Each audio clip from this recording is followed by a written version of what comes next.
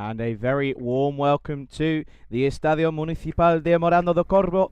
You join me, Charlie Hunt, here in Coimbra, in the centre of Portugal for day number 2 and match number 3 of the FanCode European Cricket T10 Portugal. As we see 2 new teams entering the tournament.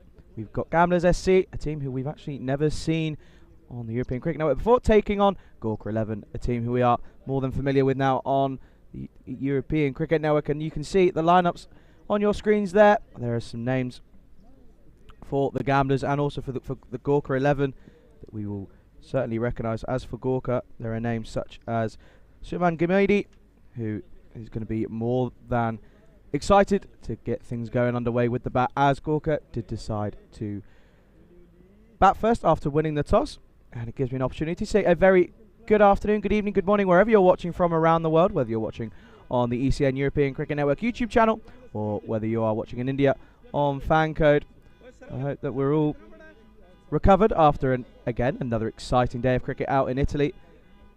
Vinny and Corey were calling the games for you out there, and I know there was a few funny incidents in the comms box over the last few hours.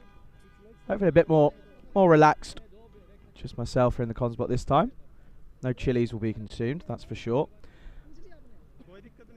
Again, if you are watching on YouTube, do get involved in the YouTube live chat, as I thoroughly do enjoy any questions that you may have or any thoughts on the game. Very interesting to see everybody's output and outlook on this game. But you can see we've got a bit of a change in the officials today, as we've got Gert Oosthuizen continuing in the first game. We've got Buck Stoneman coming into the middle for the umpires, as we're just about ready to get underway for match number 3 here in Portugal. And it starts with a drop. There's a bit of juggling, bit of a circus act first ball here.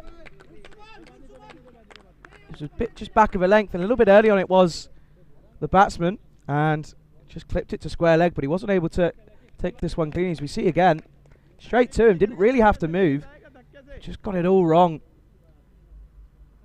And that was Nishant Verma at square leg, not the start that he would have wanted. And Gimedi, well, he gets an early life.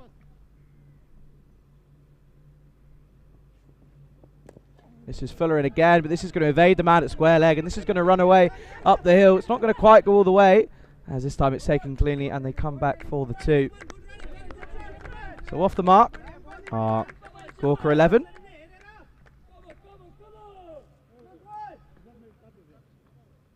Gimedi gets off the mark with a nicely played clip off the legs down towards deep square leg.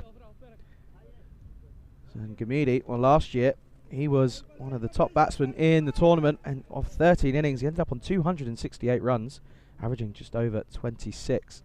So plenty of experience in the T10 format for him.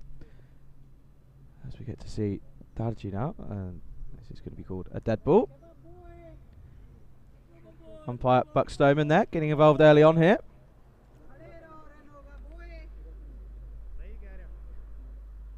Gives me an opportunity to say very good afternoon to James and Sajid watching in the YouTube chat.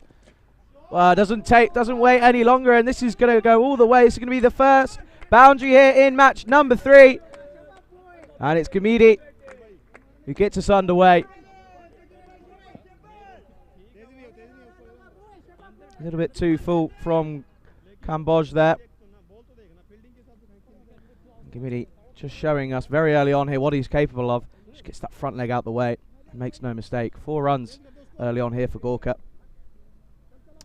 And Shijit saying Gimedi must be from Nepal, and it can indeed confirm he is. And this is a shorter delivery. Doesn't get anything on this. Good bit of pace from Kamboj here. See Mandrake in the chat as well. Very good evening to you. We had some exciting games yesterday between the Coimbra Knights and the Marlow Calanders, as this is again Fuller. It's not being called a wide. So it's another dot ball. So this is a good comeback from Nitin Kamboj.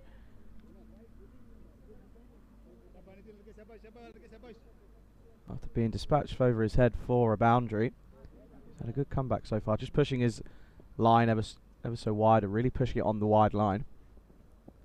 And again, Fuller and going for the big drive over the covers, but gets nothing on this one. And it flies through to the keeper, and the keeper today for the Gamblers SC is Kuldeep Kolia.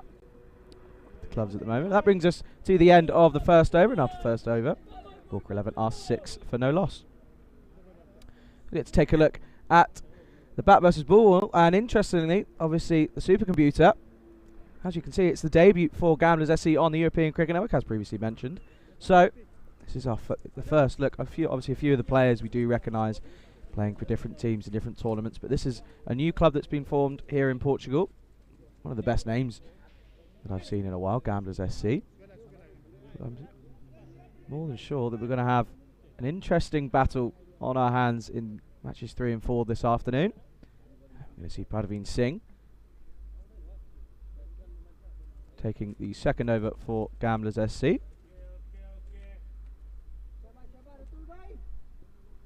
Who again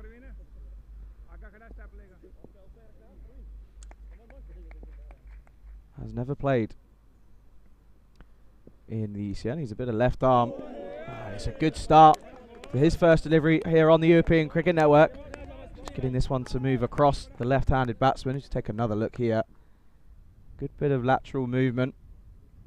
Really testing that outside edge. Interestingly though, I would have wondered if after that delivery, first up, he's going to push this one. Push a slip in there, but he's kept away from it for now.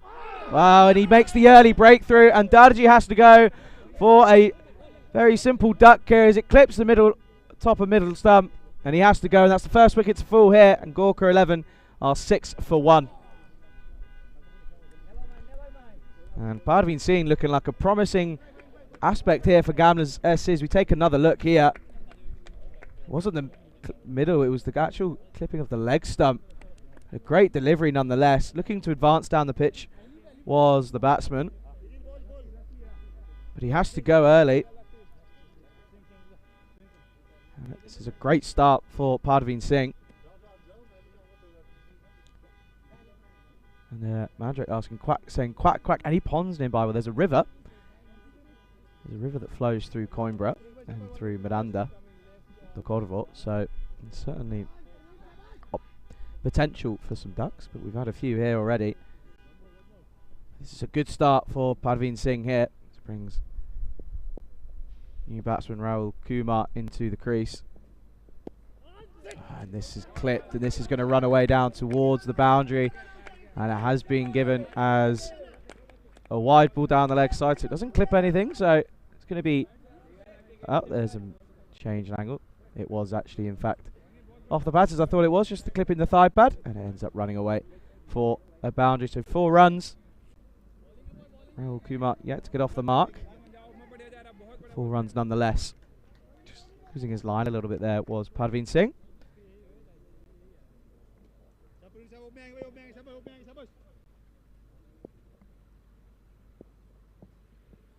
And again, this is a good comeback. Really testing line and length. Just leaves it in the corridor of uncertainty. And you can just see there Rahul Kumar just saying what he should have played.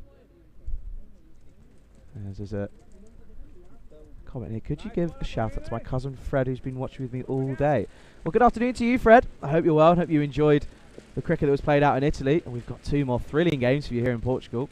So I hope you enjoy and I hope you're doing well. Goes for the big swipe across the line. Nothing of this did Kumar.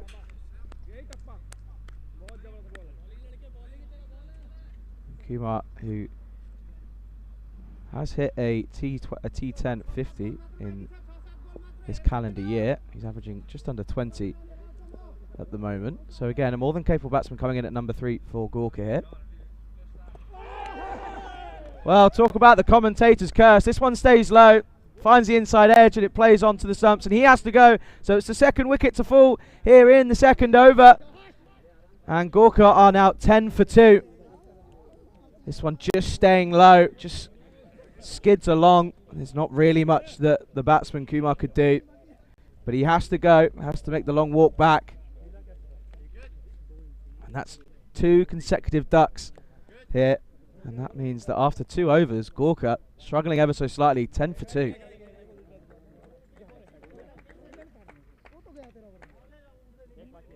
Great start here for Gamblers SC, making their debut here on the European Cricket Network. Obviously, they'll be pleased with the way that they've begun here, as it brings new batsmen to the crease. He's got a bit of pressure on his hands now.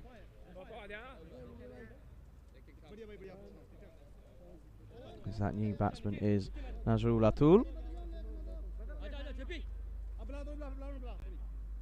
who we have seen here on the European Cricket Network previously, and we have seen him score 76.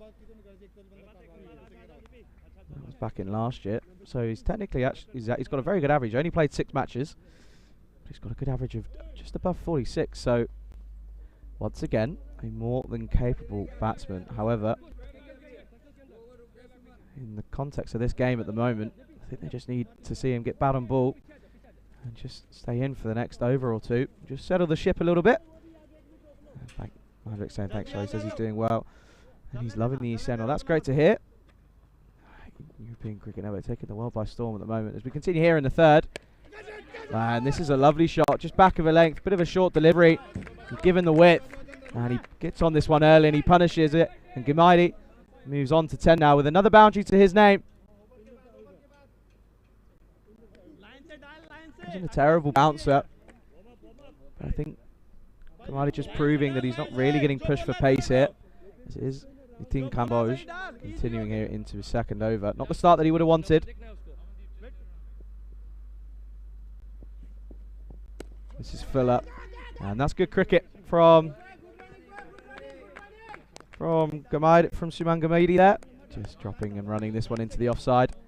Good rotation of the strike.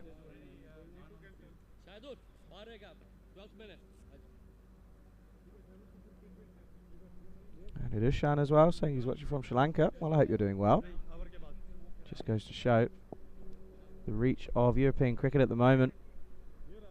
It's Ratul to face his first delivery. It's a full toss. Not a bad first delivery to face. Doesn't quite get this one through the gap, and it's just a dot ball to point. Plenty of talent here on show in Portugal. Obviously, this is night number 2, essentially. Obviously, it's the night series this tournament. We'll see the lights take shape later on in match number 4. Oh, this is a good delivery, just missing the top of off. And Ratul, no raiding around from him. Looking to go in to attack that short leg side boundary, but not getting anything on it. And the sun is certainly out, but luckily there's a bit of a breeze left to right across your screens. So it'll be interesting if they try to use that to his advantage as well.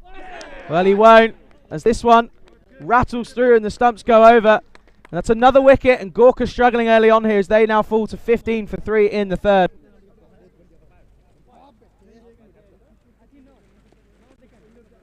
What a delivery that was. But you just have to say that Nazrul Ratul playing all round this. Take another look here. There's a bit of seam movement. Came in a tiny bit. And it's never easy to face the left arm over the wicket. You can just see there the Gorka 11 squad in the stand. Just looking a little bit frontal at the moment. No one's really looked comfortable apart from the man at the crease at the moment, who is Suman Gamaidi. And James saying that Gorka not living up to my anticipation. Well, it's the beauty of cricket. And come in being favourites coming into the day. However, sometimes if it's not your day, it's just not your day. But Gamblers are starting off well here. It's been called a no ball. It's going to run away. It's going to be a no ball and 4 off the bat. So I think it's going to be called for a front foot no ball.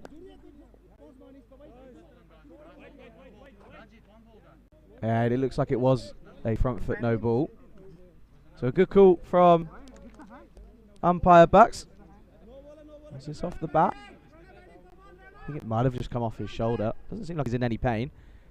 But it certainly was a good call, as it wasn't front foot no ball. So we're going to have a free hit here. So things could be getting worse for gamblers. They'll take anything less than a boundary here off this free hit. Well, it's a full toss, and I think he's going to have to bowl that one again. And he is going to have to, as it is called a no ball by the square leg umpire. So Camboge just getting a little bit thrown off here. Losing a bit of rhythm. Take another look. It's a good call, as it's a long way above the waist. Obviously, that's the rule that we have here. That's the rule that's played almost everywhere. Anything above the waist or on the waist. It's another free hit. And this time he is punished, and he gets all of this one. It's going to be one bounce, 4 runs into the leg side. And Rana, Imtiaz Rana getting involved into the action now. There's a slot delivery. He gets punished. So not the over that Camboge would have wanted. And that brings us to the end of the power play. And after 3, Gorkha are 25 for 3. So a bit of a mixed bag here. Good final over in that power play for Gorkha 11. But losing 3 wickets is not where they would have wanted to be at the end of 3.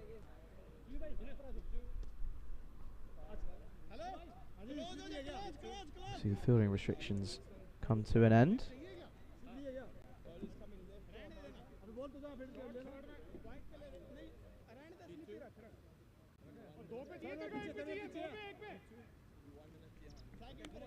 And interestingly now, it's going to be Parveen Singh to continue, but there is the introduction of a first slip. It'll be interesting if he can get a bit of reverse here. Does fly away from the batsman, and it's just a dot ball. So a good start to the over from Parveen Singh. It's good to see a good few people in the chat as well. Paul Stubbs as well. I can see you, and Ian Johns as well. Very good afternoon, good evening to you. Let us know where you're all watching from.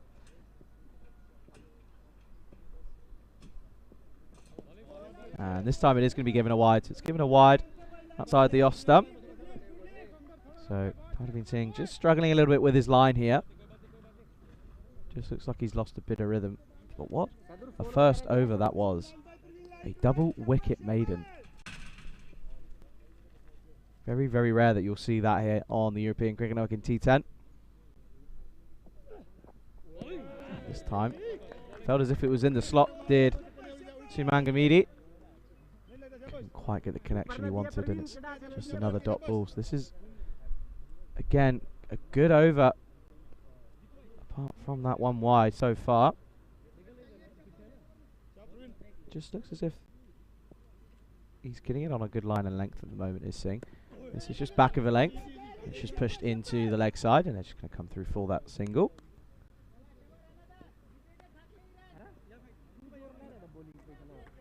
But again, it's a really good atmosphere around the ground at the moment, especially after yesterday. Yesterday was a good first evening here. We ended up getting a bit of play under the lights, which was always good to see.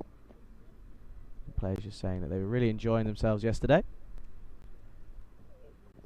This is Fuller, and Rana is on the drive into the onside. Should just be the one, and it is. I think this is all that Gorkha can ask of these two at the moment. Just rotate the strike. If they get the bad ball, if it gets punished, then that's all they can really ask for at the moment. Don't want to take any unnecessary risks, because you risk getting the middle order to the tail in too early. And that's a great delivery again. But again, I'm sure Gamidi would feel as if he's missed out there. It was in the arc. It's certainly in a bit of a slot delivery. This is, again, really good bowling from Parveen Singh.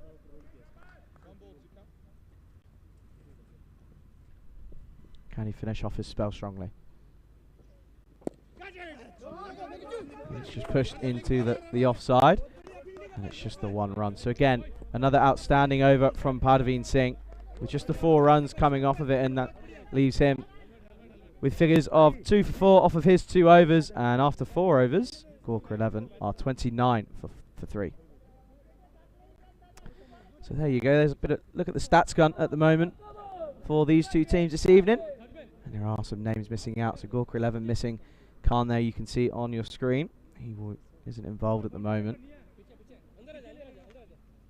But for the Gamblers, Kuldeep Golia, he's someone that's been picked out. 10 innings last year, 212 runs and an average of 26.5. So he's certainly a batsman that is going to be looking to impress.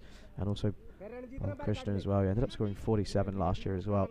3 fours and 7 sixes in the tournament last year. And then bowling-wise, Narayan and Sunil Kumar, the pick for me as well. But we're seeing Anush Kumar for Gamblers, and he starts off with a wide delivery.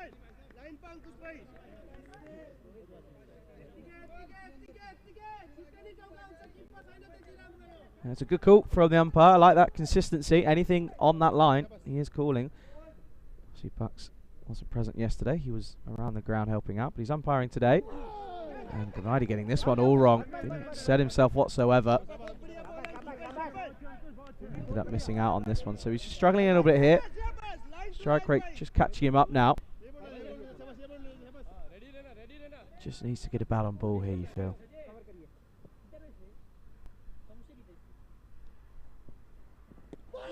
It's a good delivery again from Ankush Kumar.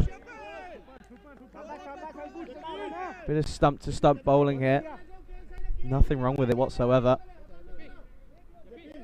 And Gennady just struggling ever so slightly here.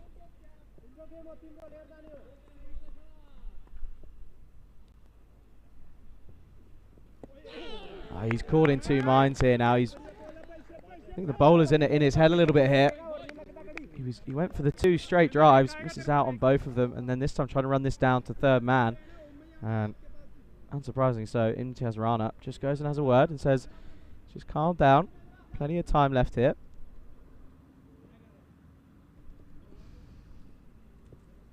And he does so, and this is just pushed into the offside. It's well fielded. Oh, there's a big mix up here, and he should be gone if taken cleanly. Well, he lets it go. And there's outrage on the pitch. People saying he should have done one thing, people saying he should have done the other, but they end up coming back safely for the 2 runs. You can see he was going, there was no stopping him. Rana, I think, was just taking one for the team. And that was, Kumar decided to let it go. They ended up coming through safely. This is again just played into the offside, and it should just be the one this time, and it will be. It's all happening here.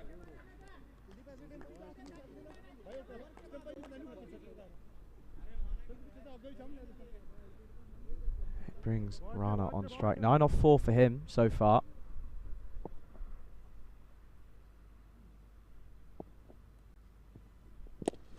Bit of a full toss, and it's just played back to the bowler with met with the straight face of the bat. And that brings us to the end of again another tidy over for Gambler CC. And after 5, Gorka 11 are 33 for 3.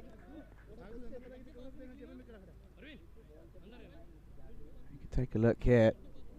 3 ducks on the trot. Not the start that Gorka 11 would have wanted coming into their first game of the tournament. See, Gorka 11 have got a big profile behind them. There's a few fans around the world that are supporting them throughout the last few tournaments, and they will be this time. This is not the start they would have wanted, but we're going to see Jay Prakash coming into the attack now for Gamblers. I think at this point, with 5 overs remaining, if you can go at 10 and over, it gets you to 83. Anything above that, you'd be happy with. This is going to be called a wide ball by umpire Gert Oosthuizen. So not the start that Jay Prakash would have wanted.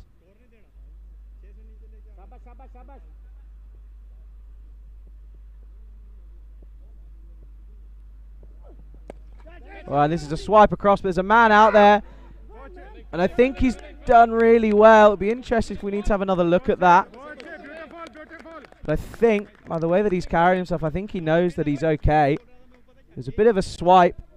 Didn't quite get a lot of it. You can see there. I think he's done okay. Drops it there, and there's a slide. Oh, and that could be close. That's an interesting one there because his foot just looked to slide, but I think it's not going to be given. So it's just the one, but this is a good shot. Straight to the man. Come through for just the one run. Obviously, we do have the limited review system in play here in Portugal. Jay Prakash has got his first time bowling here on the European Cricket Network. Oh, that's a good shot. There is a man out there, but I think it's going to go over him, and it is. So that's going to be the first maximum 6 carreras here in Portugal. Bit of a slot delivery, too full from Prakash. And a batsman, doesn't matter in what form you are. If you're Suman Gimidi, you're going to take the most of that. And he's punished that over his head for 6 runs. And it looks as if that might have just settled his nerves. So there's a man out there, but it's been put down. And that could be a costly drop in the context of this game. Only time will tell how much that could cost them. Bit of a similar to shot to what he played earlier, this time off the back foot. There is a man out there patrolling the boundary. Did the hard work of getting there, but ended up just spilling it. Just 1 run to the total. And this is a bit of an agricultural hike onto the leg side. Doesn't get anything on it. Niju saying he's a class player and will come back in form as tournament progresses. And I have to agree. Obviously some outstanding stats from last year's tournament. And he's shown that he has got some expansive shots in his locker. And again, looking to go agricultural, but not getting this one right whatsoever. And Jay Prakash gets another breakthrough. That's the 4th wicket to fall. And that brings us to the end of the 6th. And Gorka are 43 for 4. And when there's a delivery that's clattering into your off stump, you just have to question whether that was the shot to play. Obviously, that is the target area on the leg side with the wind going across there and obviously being a short boundary. Rana, he has to go after making 10 off of 8, 2 boundaries to his name. Brings new batsman. And the Shakat comes to the crease now at the non-striker's end. That was obviously the end of the over. And I think James Stewart might have had a bit of the case of the moderator curse there. Glad to see it's not just the commentators that have that effect. It's Ankush Kumar continuing here. 4 runs off of his first over.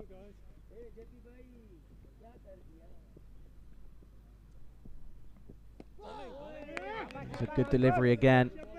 And Gamidi just struggling to get this away onto the offside. You just wonder if he just needs to have a solid base, just needs to go for a swing. But again, at the same time, you want him to be there in the final few overs of this innings. This misses everything, and this should run away, and it will do. So that's going to be down as 4 byes. So wicketkeeper Kuldeep Golia looking a little bit embarrassed out there as it went through everything. It was a bit full, but it ended up nutmegging himself, and it runs away down towards the boundary. So another 4 runs and 4 welcome runs to Gorka 11.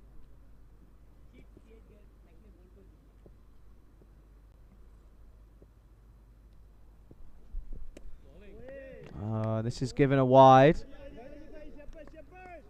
And again, it has to be said that Bucks has been pretty straight up with the wides. If it's on that wide line, then he's going to give it.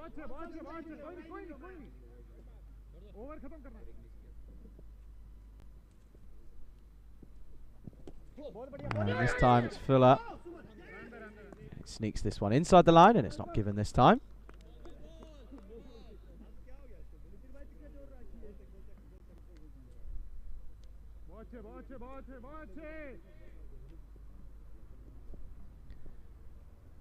Just the 1 run coming off of this over. Well, this is played, and there's a man out there, but I don't think it's going to matter, and it's not. This is a lovely lifted cover drive, and it sails over the boundary, and Gamidi moves on to 30 now. It's another 6 runs to the total. Again, making the most of the short square boundaries. Again, didn't get all of this whatsoever. but he's moved on to 30 runs now. So it's Fuller, and this is into the leg side. There's a man there, but I don't think it's going to matter again. So it's going to be consecutive sixes here in Portugal. And Gamidi looking as if he's going to take the attack to the bowlers now. Again, a bit of a slot delivery. And he's been punished into that leg side. So this is a good over from the Gorka 11's perspective.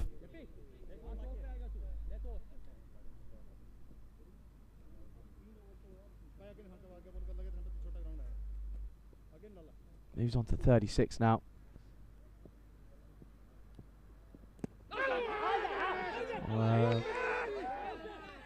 There's an appeal, but Buck Stoneman had no interest whatsoever. He gave that one pretty instantly. There's a wide was a little bit tough there as well. It's been given a wide nonetheless.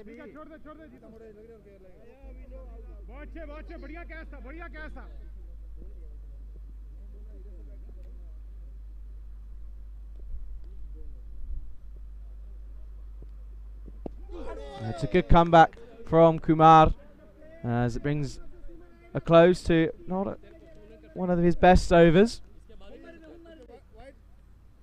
That brings us to the end of the 7th, and Gorka now moved on to 61 for 4, and you can see there 7 and over now gets them to that 82. But if they can just lift it, then they can get ahead. But we get to take a little bit of a mention to the European Cricket Championship, the ECC. It's coming your way from the 12th of September down in Malaga at the Khartoum Cricket Oval. We have Group A. We'll have some outstanding cricket over the 5 weeks. Obviously, England automatically qualifying as the reigning champions last year. And what a tournament that will be. Obviously, fan favourite Corey Rutgers will be coaching the Spanish national team going into that first week. And I'm sure that we'll be getting him on some commentary duties as well later on in the week, but we carry on here and they go for a big swipe, and they do come through for the run off the wide, so it's 2 wides. That was Shaikat's first delivery to face.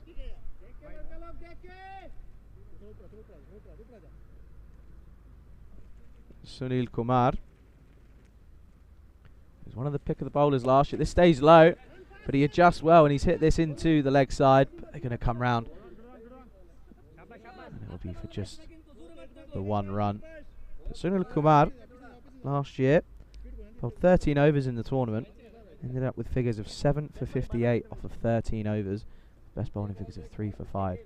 So a tricky bowler to face. And this is a bit of an outside edge. It's a thick outside edge, and it only just pops up in the air, so it falls safely.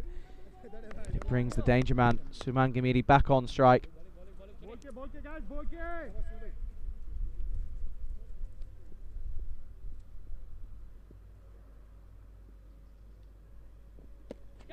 And this is into the leg side.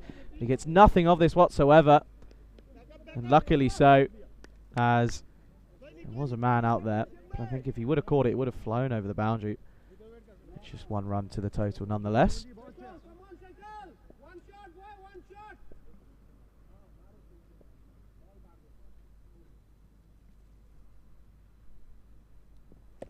And again into the leg side, but once again doesn't get all of it, but it's going to fall right between the two of them. And there's a huge miscommunication, and I think that's Jay Prakash out on square leg boundary just saying that it was right in the sun. And just struggled a little bit in the sun, and he's still pointing that. But unfortunately he's not wearing a cap or any sunglasses, so he's realistically only got himself to blame there. It's just a 1 run. This is short again, and this is punished. This is right towards our camera, just misses it. But it's going to be a flat cut shot for 6 here in Portugal, and Gamidi moves into the 40s.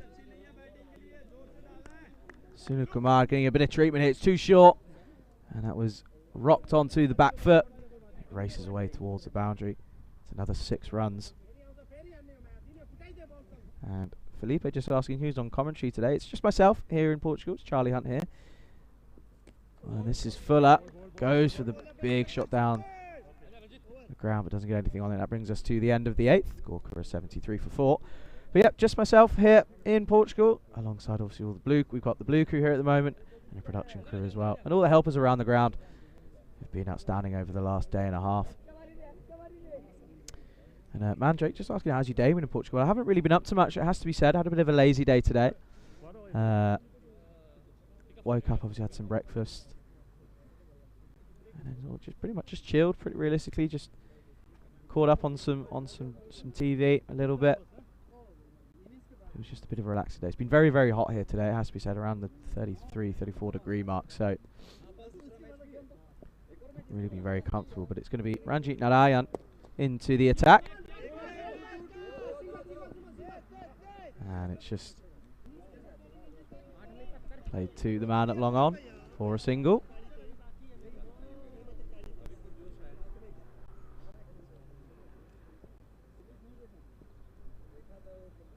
Fuller, and this is going to be played behind, backwards point, and this is going to run away. Gamidi making it look easy out there now. He moves on to 48, and it's another 4 runs. Again, 2 full. This time manages to squirt this one through the infield, and it races away. There's some good questions in the chat that I will address at the end of this delivery.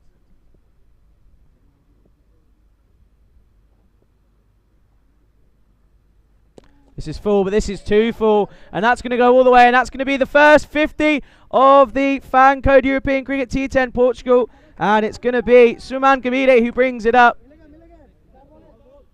And that's a well-earned boundary, as you see here, getting the length all wrong, and it's an easy shot. Dispatches this into the leg side and brings up his 50 in style. Gamidi just looked as if he was struggling ever so slightly early on, but he's looking confident out there now.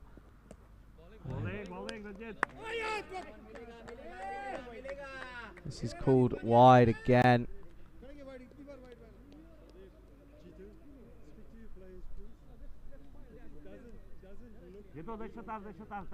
As Mike Seal just asking any reason why they're not changing ends at the end of the over. So the reason is obviously we have the camera set up as it is, as this is just hit into the offside and end up coming through for a single pretty comfortably. But yeah, so there's so we've got the camera set up, and just because as well, obviously with the time schedule as well, it doesn't mean we'll have to bother with changing ends and getting around the field. So it just allows for the flow of the game to get through pretty much a lot quicker. Oh, that's a brilliant bit of fielding by Ranjit Narayan. He's taken another look here. He's hit this into the ground. He just pearls it. I don't really know why he's not taken the stumps. It's a bit of a missed opportunity there. As looks like not too sure as to what's going on here, but Shaikat's leaving the field there. I don't know if I've missed something there.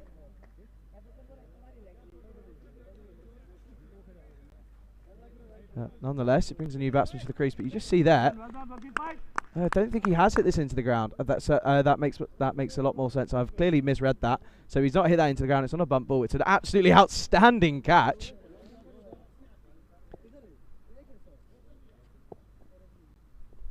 So it could be another one here. If he gets there, he puts the dive and he takes an absolute divot out of the turf, but he doesn't get there, so they come through for the single.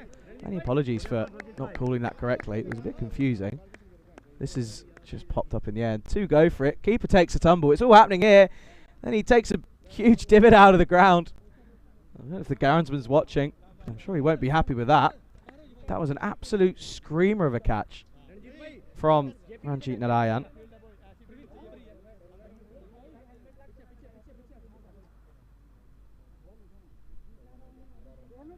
What an absolute outstanding catch that was. I was very confused as to why he didn't take the bails off, as Gamidi was nowhere near making his ground. Clearly was comfortable after taking the catch. But that brings us to the end of the 9th over. Gorka 11 are 87 for 5. So 13 required now to get up to that 100 mark. And I think anything, obviously we saw 104 being defended by Mana Kalanders yesterday. So par score looking around the 120, 130 mark. And I think if they can get anywhere above 3 figures, they'll back themselves to defend this total. Obviously got some talented bowlers in and amongst the squad. But it's going to be Jay Prakash to bowl the final over here. This is full and it's just pushed into the leg side. They're going to come through for the single. But he gets the danger man, Suman Gamidi, on strike.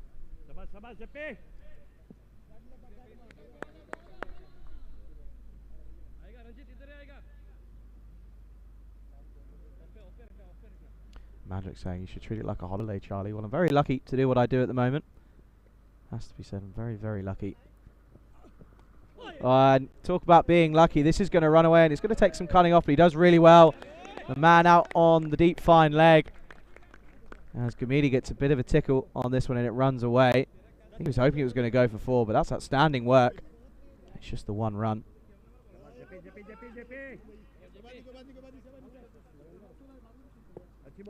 So it's Singh now on strike. It's a full toss, and again, a bit of a bottom edge. It's going to run away to the man on the deep fine leg. He's had a bit of a busy couple of deliveries. It brings Gamidi back on strike for the remaining 3 deliveries of this over. And the last 3 deliveries of this innings of match number 3.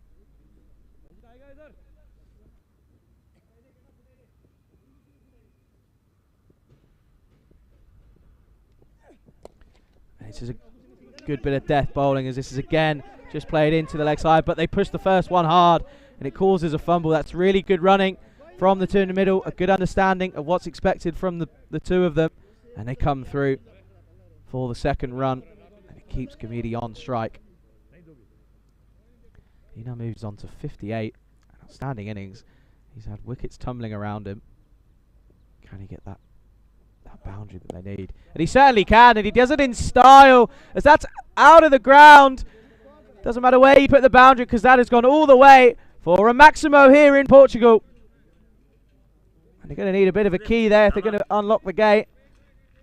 He's going to have to go into the wilderness. Watch out for the snakes out there and the wolves. That's gone all the way. He holds the pose as well. Gamidi looking in fine form here.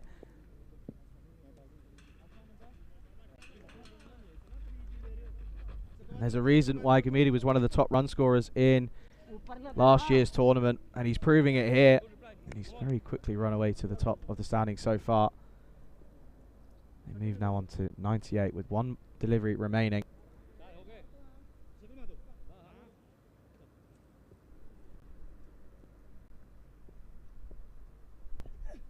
It's a full toss. It's been called a no ball. So there's a bit of comedic action going on out there. So I think Gamidi was just playing a bit of cat and mouse, playing a bit of chicken with the wicket keeper, but it's been given a no ball. So we've got 1 final delivery remaining as we take another look here. Plays a little bit of chicken there. He goes, oh, I'm going to go. And he ends up not taking it. It's a bit of a giggle. So good to see that the game is played under good spirits here, and always is here in Portugal. But 1 delivery remaining. It's Singh on strike. Oh, he's clipped that into the leg side. It's a lovely shot, but there is a man, and that's Ranjit Narayan. He's out there going to try and come through, and Gamidi's going to end up not out. It's going to be Singh who's out. But they got the 1 run, so they ended up getting across above that 100 mark. There was never really a run there. I have to say it was understandable as to why they went, but it was a good recovery from Gorkha 11, as that brings us to the end of the 10 overs for Gorkha 11. They finished on 101 for 5, selling Gamblers SC on their debut here on the European Cricket Network 102 for victory. And what an absolutely outstanding innings it was from that man on your screen at the moment, Suman Gamidi. Take a look at the highlights. There was early breakthroughs from the Gamblers SC, with Parveen Singh looking very promising. The left arm around the wicket. Got the early breakthrough of Mayank Darji, and then there was a few boundaries, but again the key aspect of Gamblers SC, these innings in the outfield there, was the fact that they were taking wickets at crucial times. Only the 1 batsman getting comfortable and only 1 other batsman getting into double figures. There were 3 ducks, Mayank Darji, Rahul Kumar and Nazrul Ratul, all being bowled for a duck. But good bowling, it has to be said, from the Gamblers SC. And take another look here. It's some outstanding stump-to-stump bowling, and it's a very simple case of you miss, I hit, as there was 3 dismissals out of the 6 that were all bowled by the Timbers. There was a good few boundaries behind square, but there were also some huge shots into the leg side that ended up flying over the boundary. There were also some outstanding shots over to the offside. There was some all around the ground, 360-degree hitting here in Portugal. But that man there never looked as if he was going to get out. Suman Gamidi obviously gave an early life in that on the first delivery, didn't he? He ended up being dropped at square leg, and that's cost them 65 runs in total. But what a costly drop that could be. There was some good hitting by Rana. He ended up on 10 for 8. He ended up having to go, and then you can see there some more outstanding hitting. That was one of the best shots. Didn't quite get all of it, but it ended up flying over the boundary, and he likes to make the most of the all around the ground. That was a huge 6 into the leg side, but he's certainly showing why he was one of the top run scorers in the tournament last year. And there's reasons why he looked a little bit like he was struggling out in the middle early on, or after about the first 10 deliveries.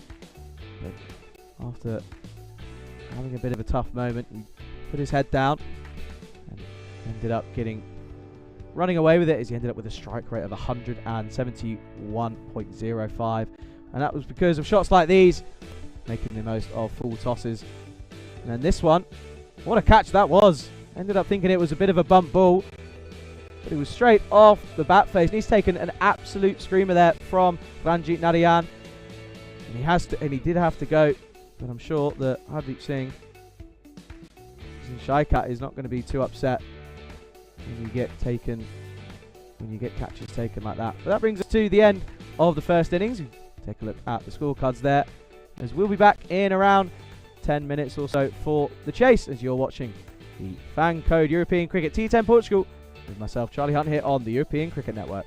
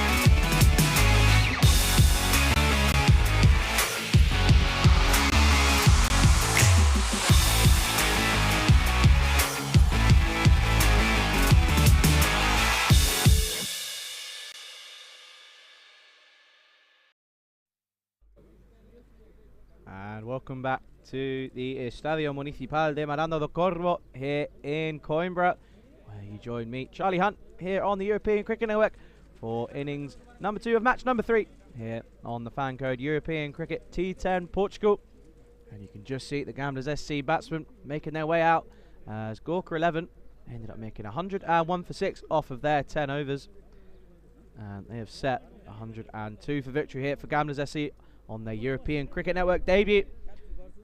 A very good evening, good afternoon, or good morning, wherever you're watching around the world, whether you're watching on the UCN European Cricket Network YouTube channel, and if you are, do go ahead and subscribe, as you don't want to miss what's coming up over the next few weeks. But also a very good evening to those watching in India on FanCode. I hope you've all enjoyed what you've seen so far, and there's plenty of cricket. Obviously these two teams will battle it out again in match number 4 later on this evening. But once again, a huge welcome to Portugal here. And I asked during the break for some random questions, and I've certainly got a couple in, so I'll certainly answer those after the first few deliveries. But we're almost set to get underway here in Gamblers' response,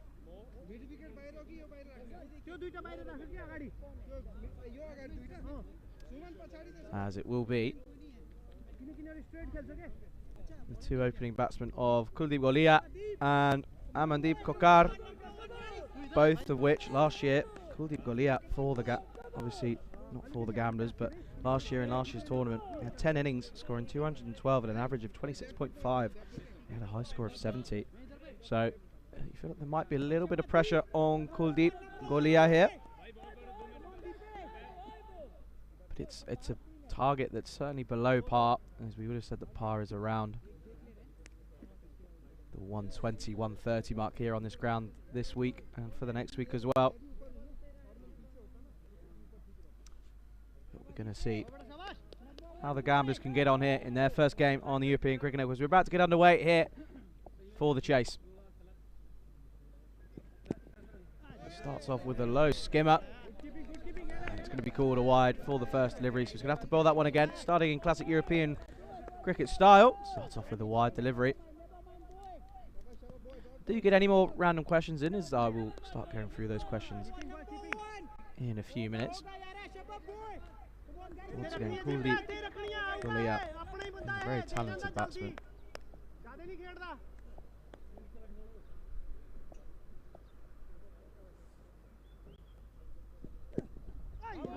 And I think he decides to let this one go. He leaves this one to flow through to the keeper, but it's a good delivery from Hardeep Singh early on here for Gorka 11. But of course, if you are watching on the YouTube chat, do get involved, send some questions in. So it's just myself, Charlie Hunt, here in the comms box at the moment. Obviously plenty of cricket here on the European Cricket Network, because you had Vinny Sandhu alongside Corey Rutgers out in Rome. Another scorcher of a day.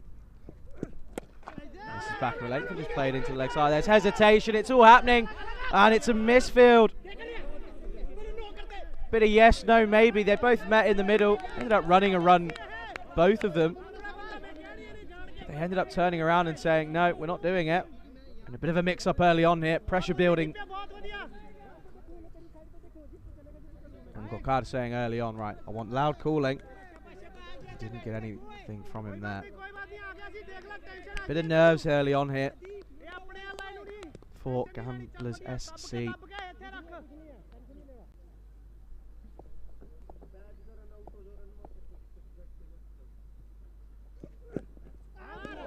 This is going to be called another wide, so Hardeep Singh just struggling ever so slightly with his line here. He's pushing it through, he's got good pace on him, but not really getting the line right.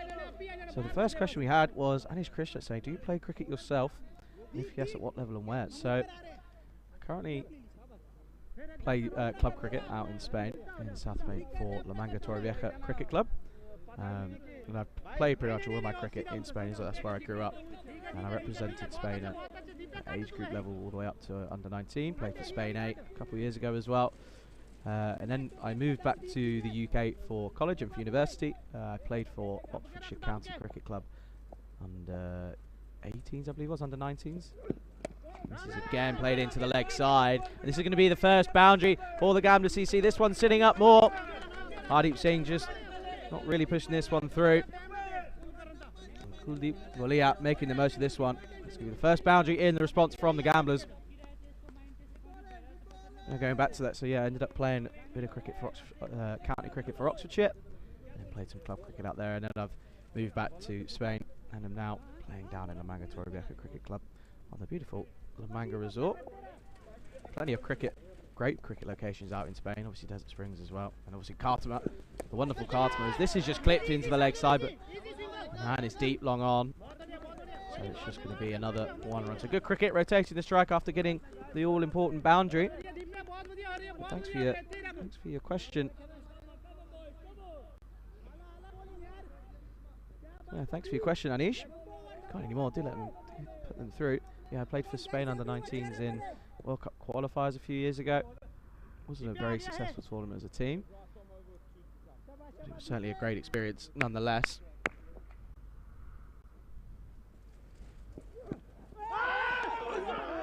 Oh, it was all happening there. The back foot was going, the front foot was going. It's a great bit of work from Rushan Singh. Take another look here. Misses a bit of outswing, a bit of a walkabout. He's just unable to take the bails off. He took it cleanly. He just didn't end up taking it clean. He's ended up dropping it. It was a good take nonetheless. Promising signs here. Early movement with the ball as well. Asking questions of Kokara there early on.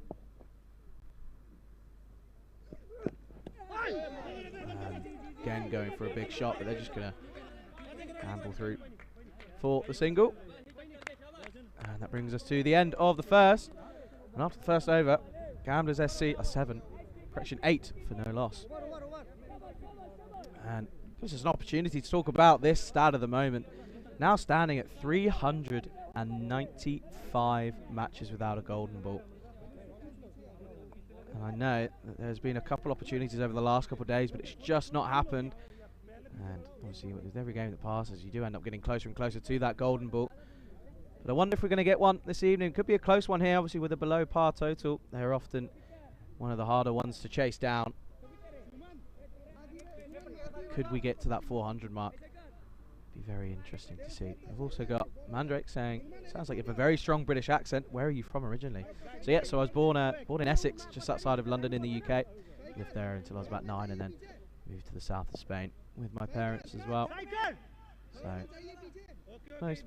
Yeah, born in the UK, very British. Just got the Aussie combination of Vinny and Corey earlier in the day. And this has gone high. It's going to take some catching. And it's that man who gets the crucial wicket. Shaikat on to bowl. And he makes the breakthrough early on.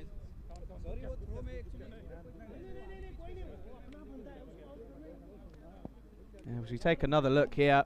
First delivery of the over doesn't really look to have a look here. And Kokada just playing this into the air on the offside. It's that man, Sumangamidi, runs around and takes the catch cleanly. So the loss of the first wicket is the start of the second over, and the Gamblers are 8 for 1.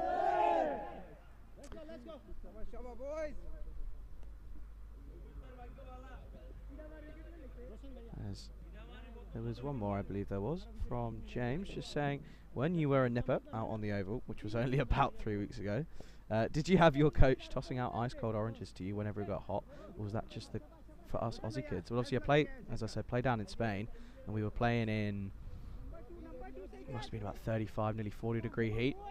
There was certainly no oranges thrown out, probably a bit of water, but that was about it. So very much not really well looked after in terms of oranges. Used to get oranges when I played football. Used to play football as a kid. That was always the classic at half time.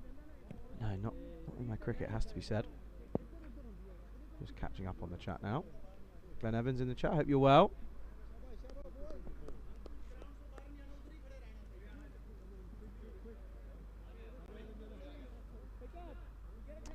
And Rexy saying, Maxwell and Corey joking about your commentary, what's your take on this? It's all is fair in love and war, is what I say.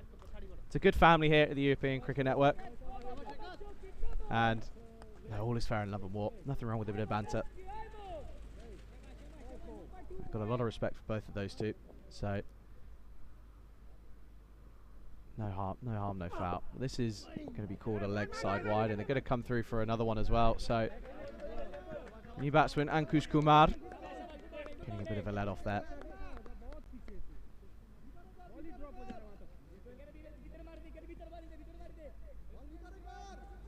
And Glenn Evans saying, I was the guy who had the idea of this Gorka team, as I always thought that the Nepal lads were fearless fielders, like Gorka soldiers are known for being fearless. That's how this team got its name. Well, there you go, a bit of history. Thank you for that. Well, that's a big chow. It's been turned away, and then there's an opportunity. There's a dive happening. It's all happening here. Good fielding, really pushing the batsman here, but they come through safely eventually for the single.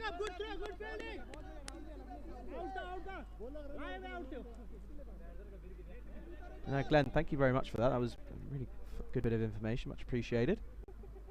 Take a look here. You have to say, I think height has saved him here. Go back here as this is short and back of a length and get into the ground, but they get nothing from it. So this is a tidy first over this from Shaikat so far. Magic saying, nice place Essex, been a few times. I'd love to be in your position commentating for the ECN. And absolutely, I'm very lucky to be sat here at the moment, as that was certainly height saving him there. He was stood outside his crease as well. That's been picked up lovely, and that's going to sail away, and that is one of the classiest shots that we'll see this week. And it's Kumar gets off the mark with a glorious shot down towards fine leg, and it's 6 runs here for the Gamblers SC.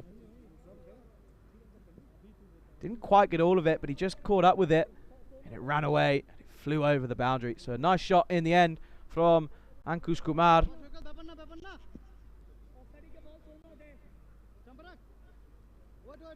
Shaikat needs a response here. He's had a tidy over up until that point.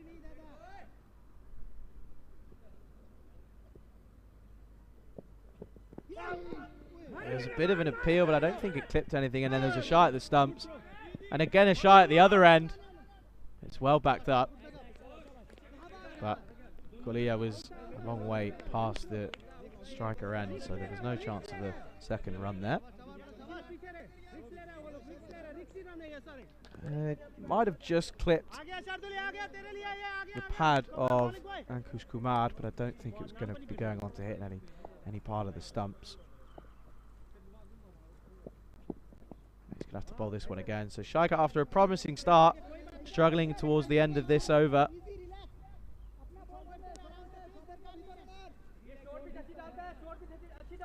Mandrick saying in August we'll have one new subscriber, Fred the Redhead. Love to hear that. I've got to ask, Fred the Red, is there any inkling to the Red Devils? Do let me know, Mandrick, because I'd like to know. Let me know if there's any in there. As this has gone high, and again he's going to take some catching. He's going to look to get there, and he just misses short. He did the hard work, but he just failed to get there at the last moment. It was a really good effort out in the deep, and it would have been a big wicket, but it doesn't fall to the hand. And that single brings us to the end of the second. The Gamblers move on to 20 for 1.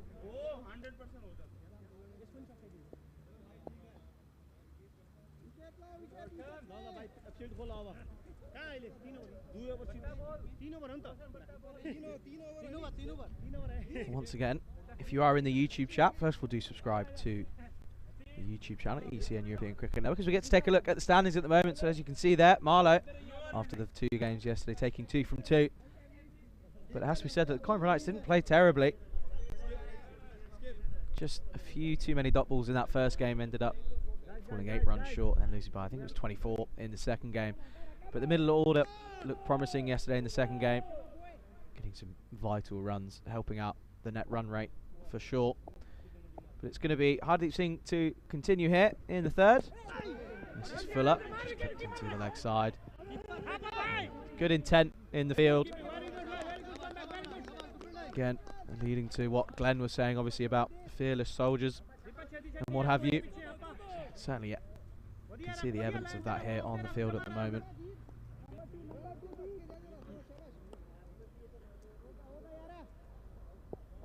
Brings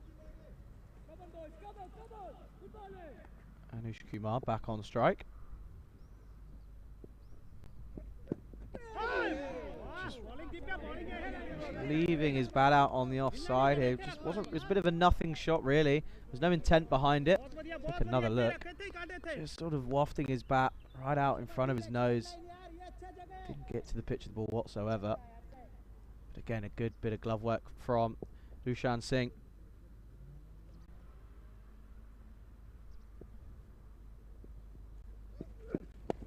And this is again a lovely shot, and this is clipped off the legs once again.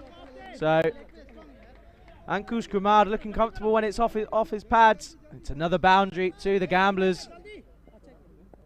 Not really being pushed for pace, and just clips this one into the boundary. It's a glorious shot for 4.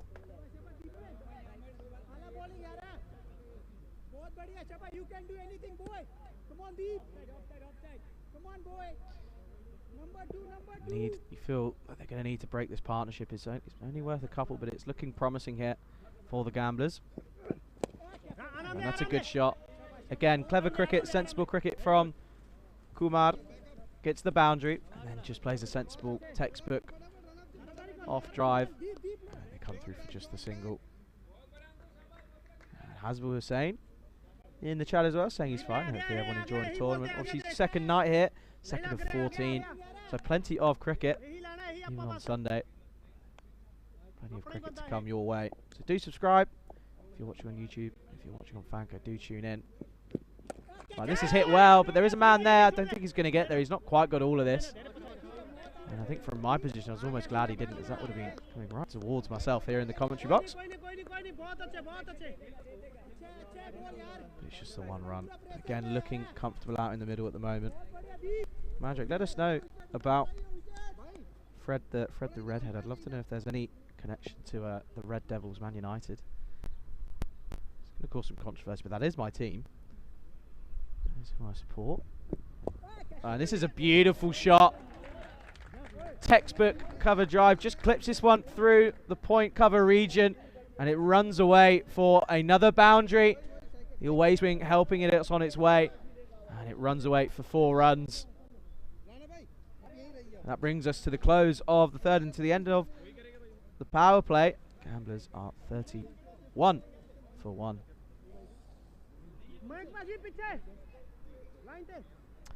And Yuvraj Singh just saying England really struggling in ODIs. I'm not going to talk about that. I'm not paying attention to that at the moment. Has to be said. Really worrying about it.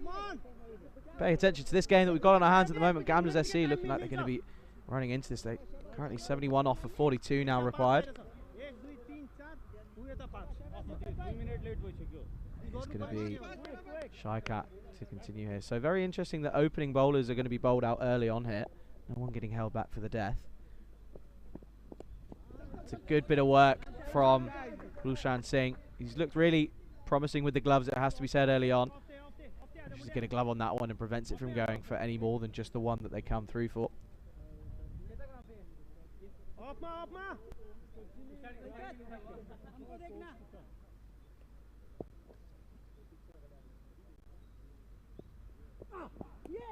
And again, this is good bowling. Just played into the leg side. And Hasbul Hussain, it's like he's getting a little bit hard done by. His message got deleted, and obviously the maximum is 5, and he posted 5. He's getting told that it was a maximum of 5, as this is short. Half of an appeal, but it's again good work from Lushan Singh, looking quick behind the stumps. Yeah, poor Hasbul Hussain there, getting done for emojis, but he was only on the 5. She's short, and this is elegantly played. And I think that might have gone all the way. It hasn't. It's been 1 bounce, and it's 4. Again, outstanding shot from Kuldeep Gulier as we take another look. And the angle just helping this on its way. Comes across his body. Interesting. Take another look here. This is going to be a good angle. Rocks back, shifts his weight onto his back foot, and takes it away for another boundary, another 4. Looking very comfortable at the moment are the Gamblers SC.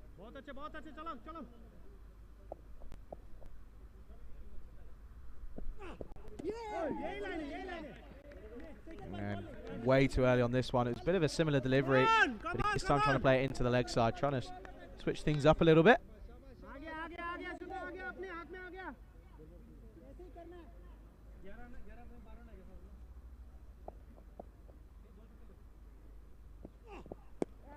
Again, played to the offside on that cut shot, but this time another four and straight to the man covering that boundary. Maxiel again saying what I was thinking as well. Interesting, he's bowling right arm round. Obviously takes the LBW pretty much completely out of the equation. But this is hit, and it's straight to the man. And he takes the catch comfortably. So Anish Kumar has to go after holding out to that man again. Suman Gimidi. And the second wicket falls, and Gamblers are now 39 for 2. Didn't quite get all of it. You can see the bat falling out of his hand pretty much straight away. And he hit it with one hand. But he didn't quite get all of it. But he has to go 16 off 9. It's a good helping hand in this innings nonetheless. That brings us to the end of the 4th, with the new batsman coming to the crease.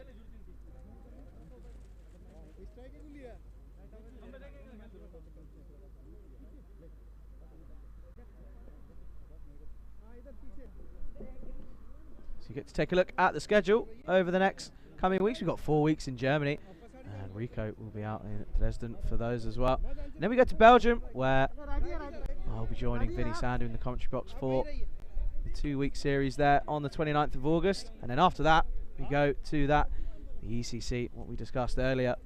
So plenty of cricket coming up over the next month and a half, 2 months here on the European Cricket Network. So do make sure that you subscribe to ECN European Cricket Network on YouTube. And the man who's just been taken another wicket, it's his second in the day.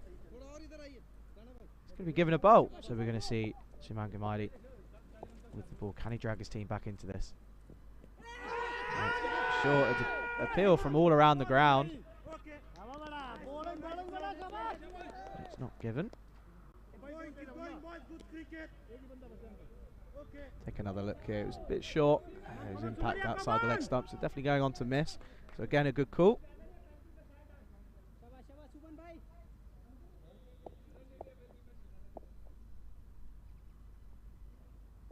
This is a quicker one, and he finds the outside edge. He's going to run away down the hill. Going to take some cutting off. He goes for the foot. Gets a good boot on it. And they're going to come through back for the second. Possible chance of the third, but they're not going to take it. But it's good running from these two.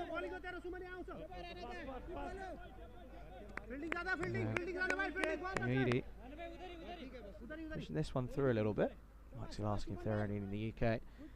Well, there will be at hopefully at some point, but the issue is obviously it's a good delivery and a good take again.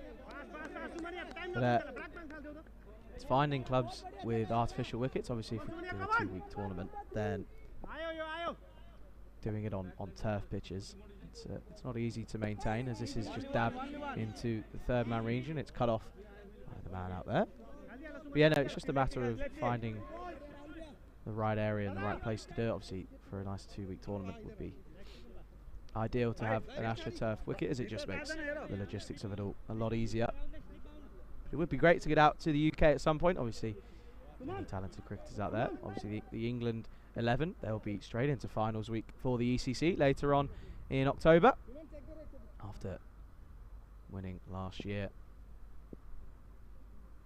We've got the left-handed Padveen Singh now. Just dabs into the offside, and Gimidi looks like a little Duracell bunny out in the middle at the moment, running around everywhere, doing everything. Did it with the bat. Also did it now looking at to do so with the ball as well. This is a good tidy over so far. 4 off it.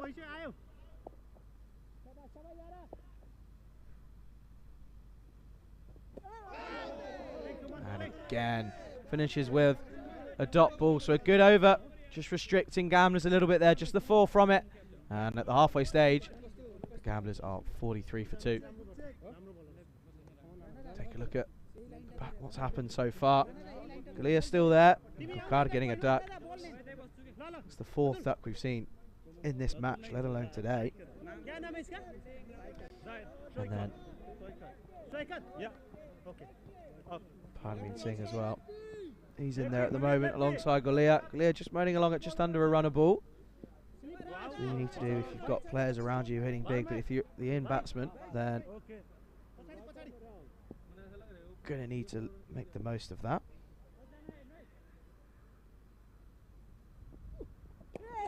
new bowler is in, and that's Rana. And it's just played into the offside by the left-handed Singh, just for 1 run.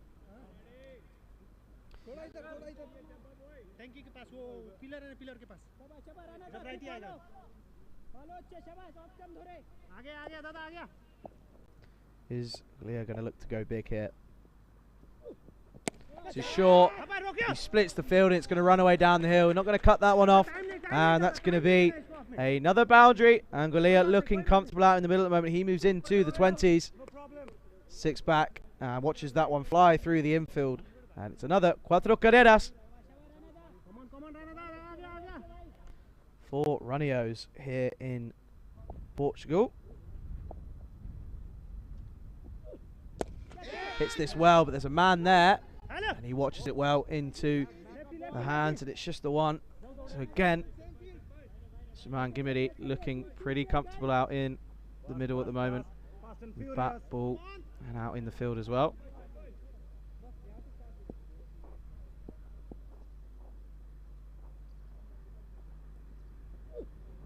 And he hits this well, but again, straight to the fielder. So this is good bowling straight to the fielder at the moment. Bowling to his field. Nice.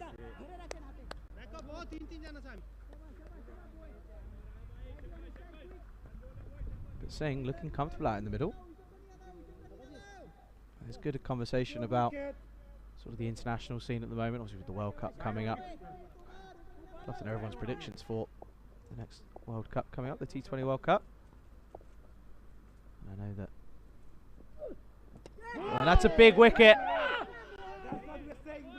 Rana gets the breakthrough, and the set batsman Galea has to go, looking to play this into the leg side, but gets nothing of it, and it clatters into the stumps, and the 3rd wicket falls for the Gamblers. Take another look here. Again, classic stump to stump bowling. No movement really. It just clatters into the stumps. The timbers full. But he has to go. He ends up going for 21 off of 20. Did look comfortable out there. Was hitting boundaries at the right time. But he falls. You just wonder, is that going to put a little bit of a stint in the Gamblers' chase here? They're pretty much at the rate. If anything, just a little bit behind, as the robot's now in the chat saying that just posting a video about the story of the ECM was great, and there was a really good article and video posted on ABC out in Australia as well, with an interview with Daniel Weston. I thought he spoke really well about, you know, what the plan is, what's happened, what's the story, and then also the robot saying #pure goodness. Pure goodness at the moment.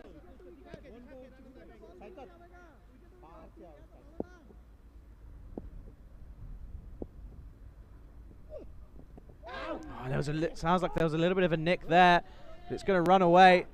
Again, a bit of foot fielding at the work. End up coming through for the 2nd. I think it is going to be given runs, and it is. So that's going to have to go down as a missed opportunity there. But it's a good over from Rana with just 9 off it, but the big wicket of Galea.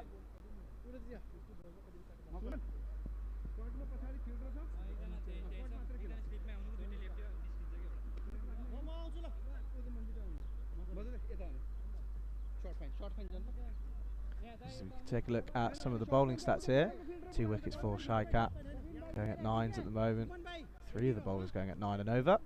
Obviously the 2 openers bowling out pretty early, but Suman Gimiri looking like he could be a useful bowler here.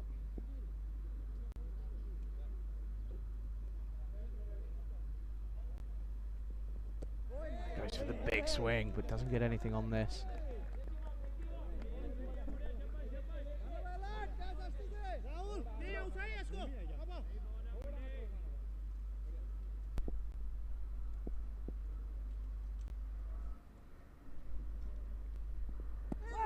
This time, down the leg side, it's going to be called a wide by Ustaisen. Team Cambodge getting the 2 runs off of the outside edge that was dropped. He's on strike now. He's looking to go big. He's not going to wait around. He's here for a good time, not a long time, but he's not getting the connection he wants at the moment. This is tight bowling from Gimidi here.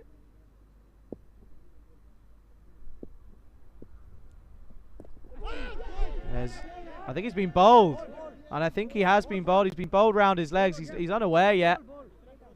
He's asking what's happened, and I think he's realised now. So, T10 Kambodge has to go.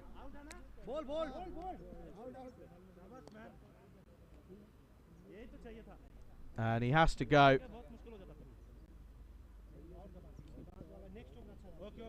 As he was bowled round his legs, just clipping the outside of the leg stump. There was an appeal, and there was appeal for everything really, but it ended up running away towards the boundary. But it didn't matter. You see here just missing the pad and then clipping the leg stump. So he has to go. It's another breakthrough in the Gamblers. They've now fallen to 54 for 4. Getting attacked by a fly in the comms box. Good to see Shrug in the chat. Very good evening to you. He says, nice to hear your dulcet tones on comms again. It's very kind of you. I'm still getting attacked by a fly. But this is looking like it's going to be an interesting contest here. A couple of big hits and they're going to get close. You just asked the question. Is anyone getting the tingling feeling? Now I know that Robot's in the chat. I don't know if he wants to run a poll. See if anyone's getting a tingling feeling at the moment. Could be a close contest here as Ranjit Narayan comes to the crease.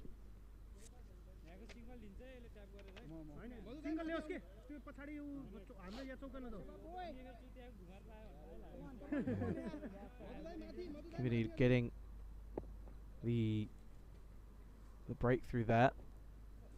Just taking wickets at vital times. Could be one run for the Gams, but they're just taking one run. The Gorka 11 are taking wickets at the right time, so they're not letting any batters really get away from them. But it could be a close contest here.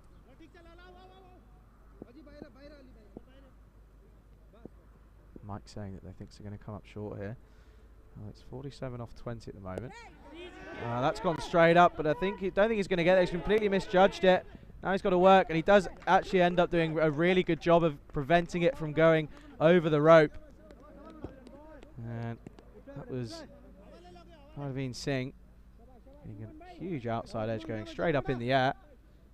Take another look. Bit of a full toss. We feel as if he's missed out here.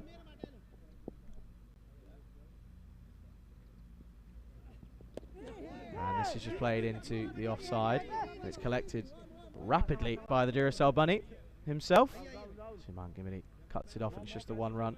So a good over again from Gorka 11 and from Gimidi. He only ended up getting just a handful of runs in that over. And at the end of 7, Gamblers are 58 for 4. They require 44 off of 18 now. Getting close to that 15, but all has to be said, one huge over for the Gamblers and they're right back in this game. But a good spell from Suman in the middle. 1 for 10 off of his 2 overs.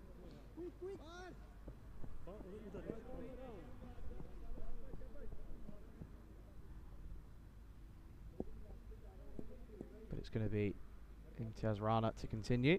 1 for 9 off of his first over. We'll make that 2 for 9. As it looks like the Gamblers SC are going to be getting a bit of a collapse here in the middle. And another wicket goes. And they now fall to 58 for 5.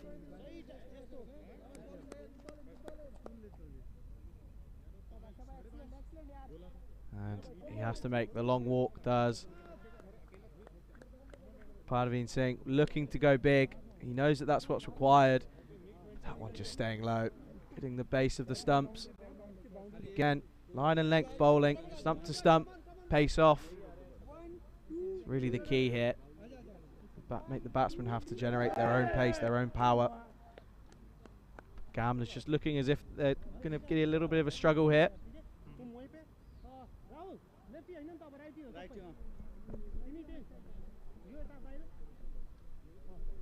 It brings the new man.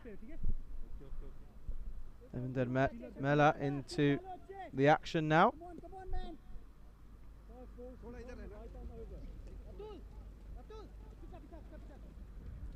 Mela's got a lot of pressure on his shoulders now.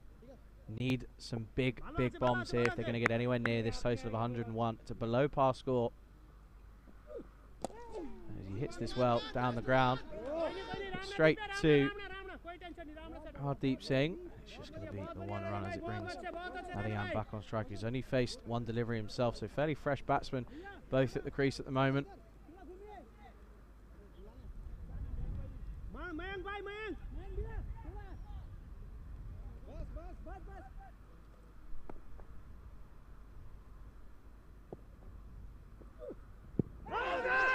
There's an appeal, but it's certainly going down leg side. They're going to come through for the one leg bite. And Narayan looking a little bit frustrated out there. He just can't quite get that on ball. It's certainly going down leg straight away as soon as he released it. Wasn't even hitting 6th or 7th stump really. Well, this is clipped, and that's a lovely shot. They're going to need a few more of those if they're going to get anywhere near this, as Mela takes matters into his own hands. And it's a lovely, gracious shot over the square leg boundary. 6 runs to the total for Gamblers SC. Once again, clipping it off his legs. Looking like a lot of these batsmen are taking a liking to that shot. We've seen it twice, 3 times now in this match.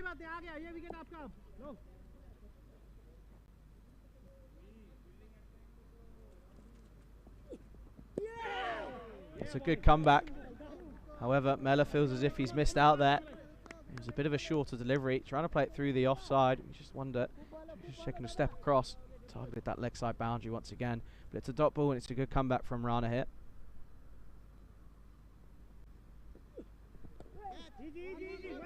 And again, just into the leg side. Thoughts of a second. Well, they'll take it now. That's sloppy from Gorka there.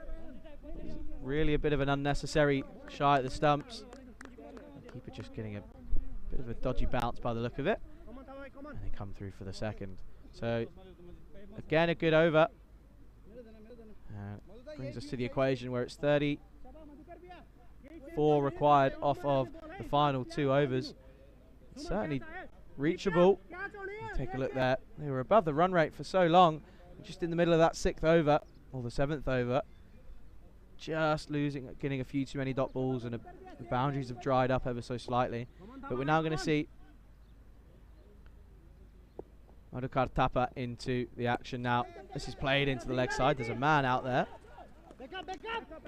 Madhukar Thapa in last year's tournament was again one of the pick of the bowlers. 21 overs, 12 wickets in under his name, with best bowling figures of 3 for 4. So again, a more than capable bowler. So this is probably why they don't mind having their openers bowl out early on.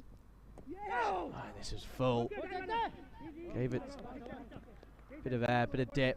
It's good bowling from Thapa, and he came through for the single. Arup was calling it, saying Thapa coming on now. He certainly was. He's here now. Just got to keep this simple. And he does so. And it's very interesting here as Narayan struggling to pick in there. He was very early on that. I think with his run-up, because it's such a long run-up, he steams in. And it just doesn't quite generate the speed. So it's a bit of a slower delivery almost every ball, and it's slower than you expect. Obviously with only 2 overs that you can bowl, you don't really get too much time to adjust. And again, missing out. It's again good work from Rushan Singh. There's no doubt that this is tidy stuff from Thapa here.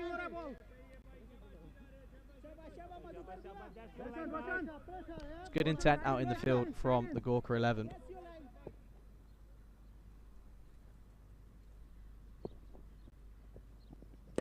This time catches all of this. It's going to sail into the stand. And it's a well-welcomed 6 runs here. We're going to need a few more of those. Thapa just dropping this one too short.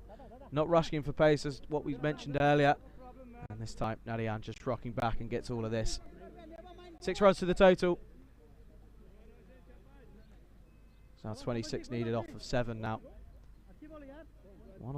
They can get another boundary off the final final delivery here of this over.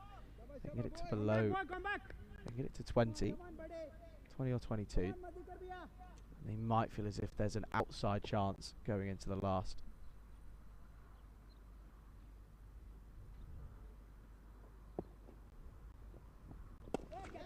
Well, that's a good bit of bowling, and it's even better bit of work from the umpire to get out of the way. But not even the man, the myth, the legend, Suman Gamidi could get a hold of that one. And it's another boundary. So just what they would have wanted. 10 off of the final 2 deliveries in that over. And the Gamblers now are 80 for 5, and they only require 22 off of the last over now. Take another look here. Look at the umpire here. Gert, cat-like reflexes, gets out of the way. Does well to avoid any injury there. Otherwise, he would have been right in the line of fire there. Bit of James Bond-esque about that one. Bit of a barrel roll. I know you'll be looking forward to having a watch of that one once again. But it comes down to the last, and it's going to be Manjeet Singh to bowl. The final over here, 22 required, 21 for a golden ball. Well, that's going to help. There's a man under it. Has he got all of it? It's going to go all the way. It's 6 runs. It's the start that Gamblers SC would have wanted. Just teasing the man on the boundary, and it sails over his head, only just. And it's a maximum here. Only needing 16 now off of 5. Good start from Mella. He's looking comfortable out there at the moment. 16 off 5 now.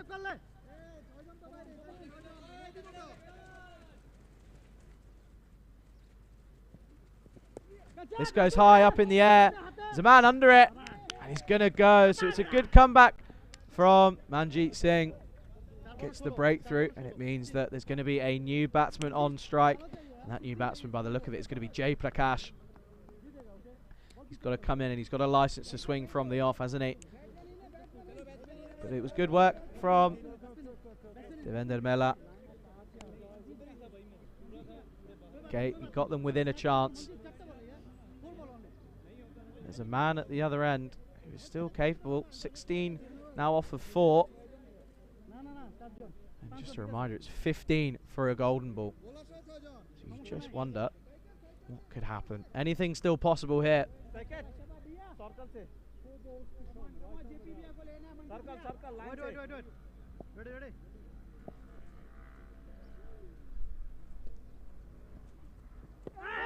It's good bowling from Manjeet Singh. Sticks to his line of length, doesn't let the occasion get to him. And it's now an almost impossible task. 16 off of 3 now. They need 6. They need a maximum. That's absolutely outstanding work by bowler and wicketkeeper here. Now, unless he bowls a no ball or a wide, that should be game, set and match.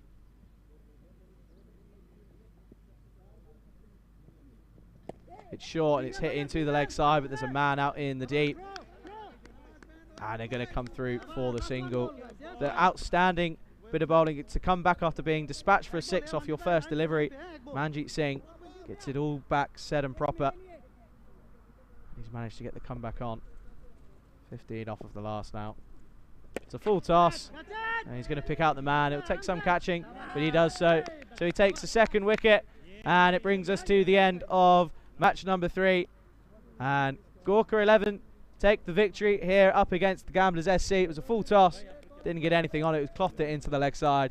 And he took it comfortably out into the deep. And that was game, set and match. Teasing of a close game. But Gorka 11 beating the Gamblers SC by 14 runs. Promising stuff from both teams. I feel like both teams weren't at their best as we take a look at the highlights. I feel like both teams left a little bit out there, both with bat and ball. So obviously it's not the last that we'll see of them as we go again later on this evening. But at the top of the order, it was a bit of an interesting one really. Leah getting 21, Anush Kumar getting 16. No one really getting a start, making a start, converting it into something contributional as 4 batsmen getting in, 4 batsmen getting out in unfortunate fashion. But there were some absolutely outstanding shots. Ankush Kumar, what you just saw there, that was his only 6 of his innings, clipped into the leg side, off his legs. very, very promising. There were still some absolutely outstanding shots. Some good fielding as well from Gork 11. I felt that their intent in the field was promising and was very professional, and you can see that there was a little bit of a difference. But again, it has to be said that there are some positives to take out of this for the gamblers. I think it was just the right shot at the right time with the issue. Taking unnecessary risks, didn't really need to push along. They were well up above the run rate early on. They ended up taking one too many risks and losing the in-batsman, which then just made it that much harder. Another example of trying to play the shot that just wasn't there. But take another look here. Rana, but he was a good bit of bowling from him. And some of the pick of the bowlers for me. Well, that man again, certainly a man of the match potential. Suman Gimidi. That was one of his wickets there. His only wicket around the legs. But he had figures of 1 for 10 off of his 2 overs to go alongside his half century in the first innings. But you have to remember as well, he was dropped on the first delivery of this match. So you just feel that's really where Gamblers lost the game, that was the first delivery all that time ago. There was evidence, and there was a bit of a last-minute fight from the batsman, but it wasn't enough. But that was one of the best moments. That was Kurt Oosthuizen getting a little bit of a shock of his life. Bit of a bower roll, bit of James Bond about him. Look at that. Up and down straight away. He'll be happy with that. Almost took his head off. But then this man, Manjeet Singh, got dispatched over his head for the first delivery of the final. First delivery of the final over. But then managed to get a comeback and defended the total. But it was a good first game here in night number 2 of the FanCode European Cricket T10 Portugal here in Coimbra at the Estadio Municipal de Miranda do Corvo. And you've got myself, Charlie Hunt, here, who brought you the first game. But don't go anywhere, as we'll be back in a matter of a bit of a break. But we'll be back in around 45 minutes or so for game number 4, where it'll be Gamblers SC taking on Gorka 11 again. But don't go anywhere, and we'll be back ever so soon.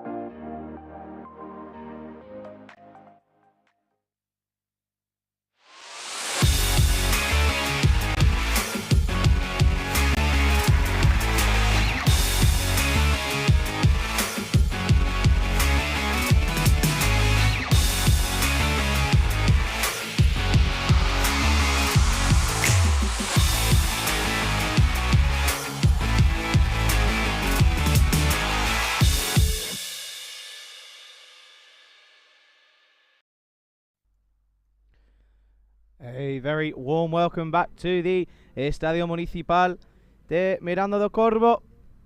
You join me, Charlie Hunt, here in Coimbra in Portugal for FanCode European Cricket T10 Portugal 2022 match 4, where we're going to see the return fixture of the Gamblers SC taking on Gorka 11, and this time the Gamblers won the toss and they have elected to bat first this time. So it's a repeat of the second innings of the previous match, and a few changes in as well. As we can see, Shayudar Rahman coming into the attack. He will be looking to get going with the bat. He certainly is a more than capable batsman. But some names as well. Obviously, Suman Gamidi for Gorka. What an innings he played in the first match, getting a half century. He certainly is a promising talent here in Portugal as well. So we're almost ready to get underway, and it gives me an opportunity to say a very warm welcome to anyone watching on the YouTube chat, on our YouTube channel ECN European Cricket Network, or whether you're watching in India on FanCode. Very good evening, good night to you. It's pretty late in India now. Whether you're watching around the world, I hope you're all well. I hope you're ready. Hope your seatbelts are fastened for an exhilarating second T10 match this evening. It's the sixth game of the schedule today. Obviously 2 here and 4 earlier on in the last day of the round robin in Italy, in the Italian summer. But we're almost ready to get underway here, and it's going to be Hardeep Singh to get us underway in match number 4. And once again, starting in classic European cricket fashion, starts off with a wide. This could work from Rishan Singh straight away, testing his reflexes there. And got a change on the on-field officials. Buckstone continuing. However, Conrad Greenshield's coming in for Gert. Obviously, Gert, I think he's taken a little bit of a break after nearly getting taken out by the ball. And obviously, Tyrone Peters is the third and tournament referee. And this is Fuller. There's a misfielder. That's not what you want to see early on. So that's going to trickle away towards the boundary, and it's going to be the first boundary. Just a push into the offside, runs through the fielder, and it's 4 runs early on here for the Gamblers. Didn't really follow through, just pushed at it. It just completely went through and went through everything. The short barrier not coming to much success there. They run through. That was Madhukar Thapa making the mistake. Bit of out of character for him. Hardeep Singh going to feel a little bit undone by that. And this is short, and this time straight to the. There's going to be a bit of a mix-up. End up coming through pretty safely. Again, good in the field from the point fielder.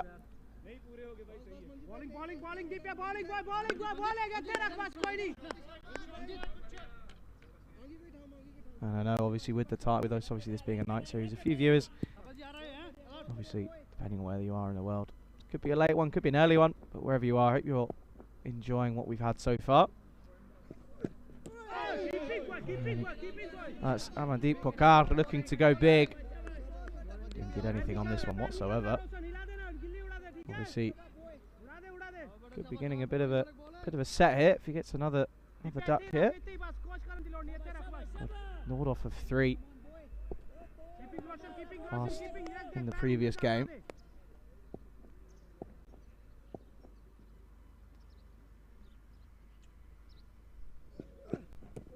Going for a big drive again. Those thoughts of a run, they decide against it. This has been a tidy over so far from Singh, apart from that one wide. The boundary that came in this over wasn't off of a terrible delivery, it was just a bit of a lapse in concentration early on here.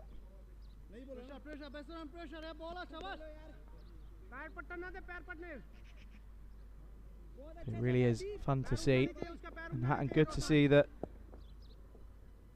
players are thoroughly enjoying themselves out there. There was good chat around the players in the 45-minute break. They're certainly ready to get underway again here. This is short, and this time it's going to split the fielders, and that's going to run away. It's going to be another boundary. So Amandeep doesn't get a double duck. He doesn't get a pair. This is going to run away. It runs away for another boundary in the first over. Just waits on this one. Just holds up in the pitch, and it's an easy cut shot through the infield.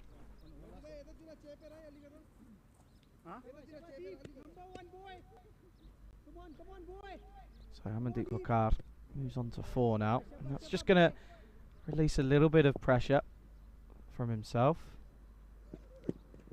And this is down the leg side. Not even the keeper could get anything on it. End up coming through again for a run off the wide. So that boundary just pushing Singh off of his line a little bit.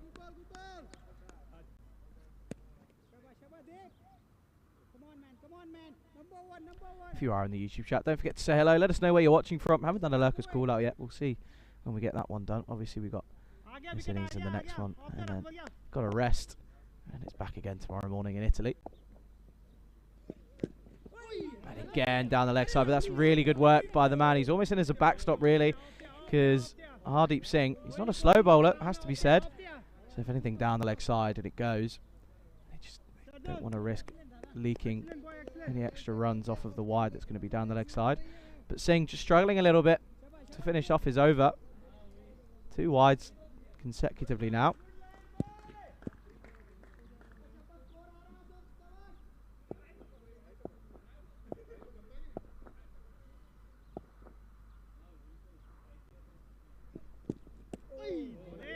It's not given, and that's going to bring us to the end of the first over. Bit of an expensive one if you're a Gorka fan.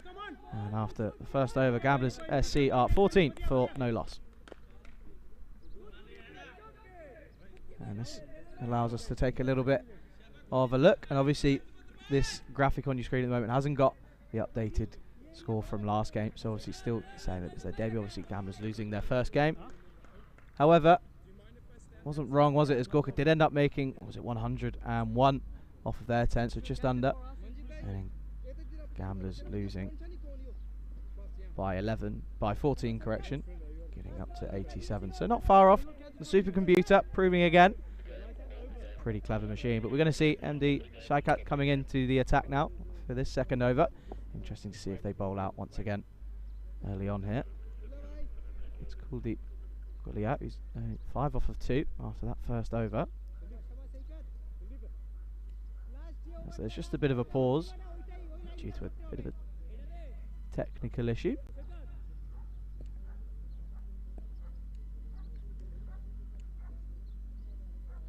But again, just goes to show, absolutely beautiful ground here in Coimbra, in Miranda de Cordoba. It's a beautiful city. A little bit of history about it as well. It was built on, the city of Coimbra itself was built on an ancient palace, and then obviously built up from there. But no, Coimbra is a lovely, lovely place. And where we're staying as well, Miranda de Cordoba, very picturesque. And there's a bit of a break in play. So what we will do is we'll go for a bit of a lurkers shout out. If you are watching on the YouTube chat, first of all, do make sure you subscribe to the YouTube channel. But certainly do go ahead and let us know where you're watching from, who your favourites are, and you can see there on your screens. That's where we are at the moment. It's absolutely wonderful, and it has to be said, the outfield looks so green on your screen, and it certainly is. Even though currently going through, Portugal are currently going through their longest drought in history, as there is just a little bit of a technical issue. But certainly do let us know where you're watching from, as I can see Pista By has walked in and said hi, Charlie. Obviously got myself, Charlie Hunt, here doing solo commentary at the moment here in Portugal. It's certainly an outstanding ground to be playing cricket. Obviously you've got the nets in the back as well. There is a lot of cricket. Obviously this place used to be a former football ground, hence why you've got the stand on the leg side, and the square boundaries both on the offside and leg side are both so short. One's 43, one's 46. So we're ready to get back underway here in the second over. And it's a good start from Shaikat, and they come through for the single. Golly, I might have just got a little bit of glove on that. He's just shaking his glove in his hand a bit, so I think that's what's happened there. But again, Goya went well. 21 off of 20 in the first game. He's going to feel like as if he's got more in him. That's going to be another wide down the leg side.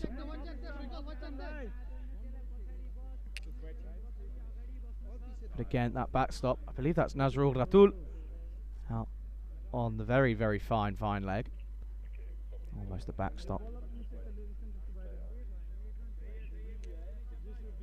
But it is interesting to see that there's plenty of talent in and around Portugal. Obviously, our very own Tyrone Peters was out coaching with the Portugal national squad in Belgium just a few weeks ago. And I know that there was an ECN clash. There was Corey up against Tyrone. Obviously, I believe it was Spain that came out on top, but Portugal ended up making it to the final. So that's a good delivery from MD Shaikat. I think, well, he's just getting a little bit frustrated. He keeps getting hit on the hand, but he's it's a good delivery nonetheless. Getting a bit of purchase off this AstroTurf wicket.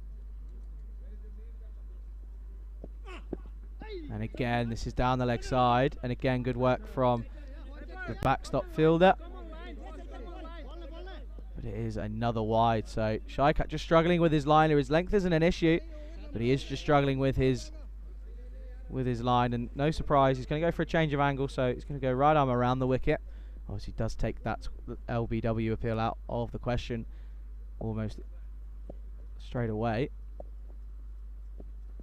Well, this is short, and that's going to be another wide as that's gone over the batsman's head. And again, they come through for a single. So this is proving a little bit costly here. Only the 2 legal deliveries bowled.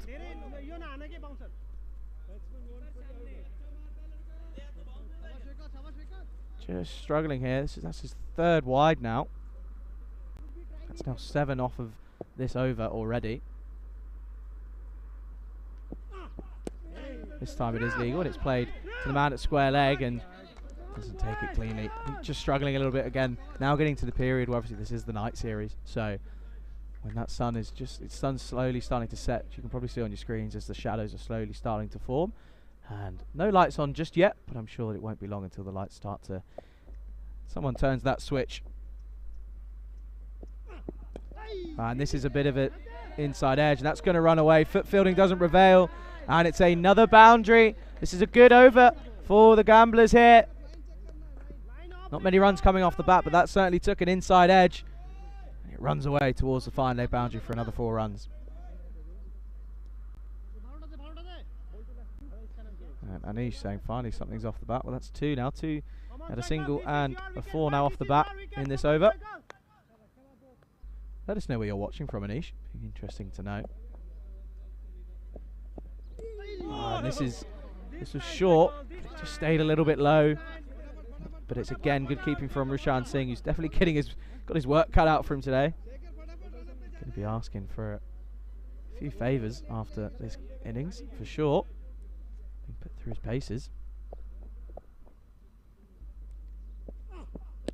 This time just played into the offside, straight to the fielder. They come through comfortably for the single.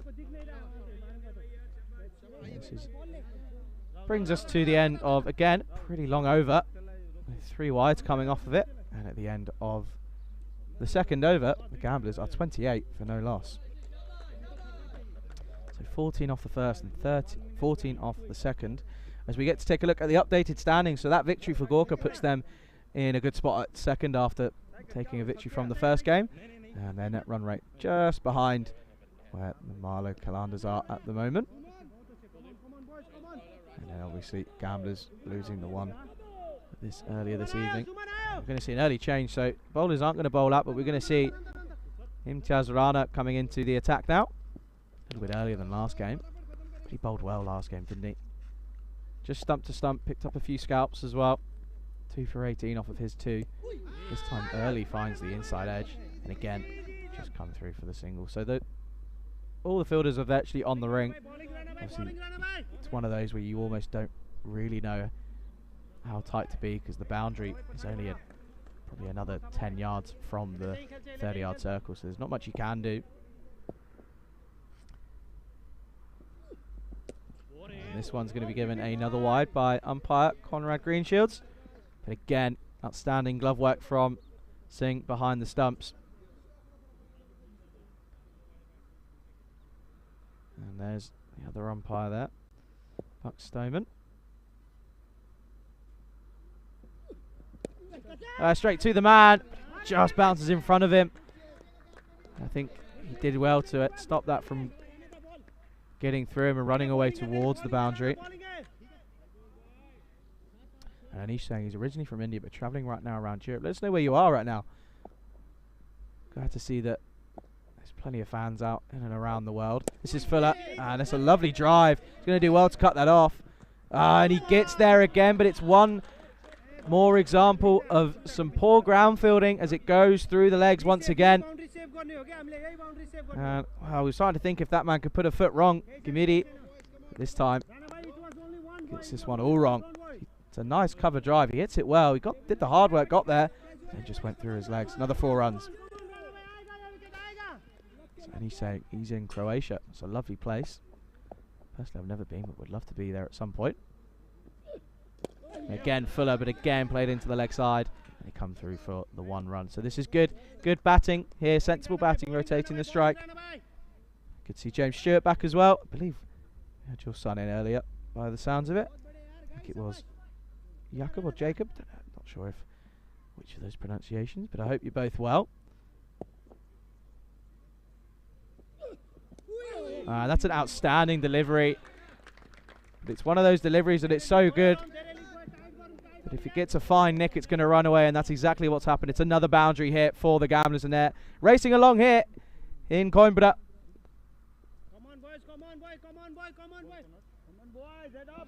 And again, just squares him up completely. It's a genuine outside edge. And just runs away for another boundary. So Rana getting a bit of misfortune here. This is Fuller, and this is a beautiful shot. There's a man covering the long on boundary this time.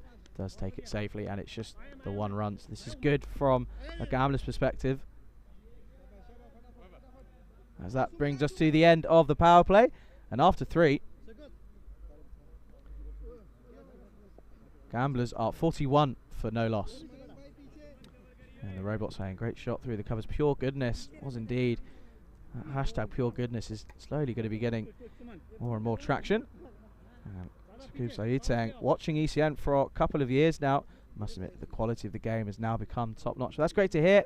I'm glad that you're still kicking around and still watching and still viewing. Plenty of cricket here on the European Cricket Network. Obviously we have Italian Super Series next week.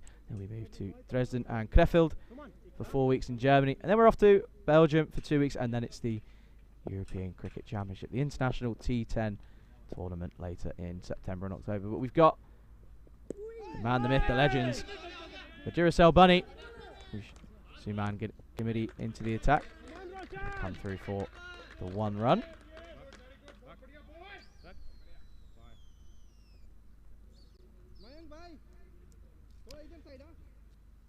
So Anish just saying, wasn't Stoneman playing for Portugal? And the robot's just got in there before I have. So Buck Stoneman is the father, and then obviously he's got his 2 sons in there. That's outstanding work. Again, a good delivery from Gimidi. His 2 sons, one of his sons has played for the national squad, and his other son is working for it with the European Cricket Network with Miguel. He's doing the scoring up in the box with tournament referee and Maxi. There's an appeal here. I don't think there's anything on it. He was on his own in that appeal. Take another look. It's a good delivery. A good take again, but nothing really on it. He was on his own with that one. It's a dot ball nonetheless. And that's an outside edge, but it's going to fall safely. And they're going to come through for just the 1. But again, Gimini looking like he's causing a few issues here.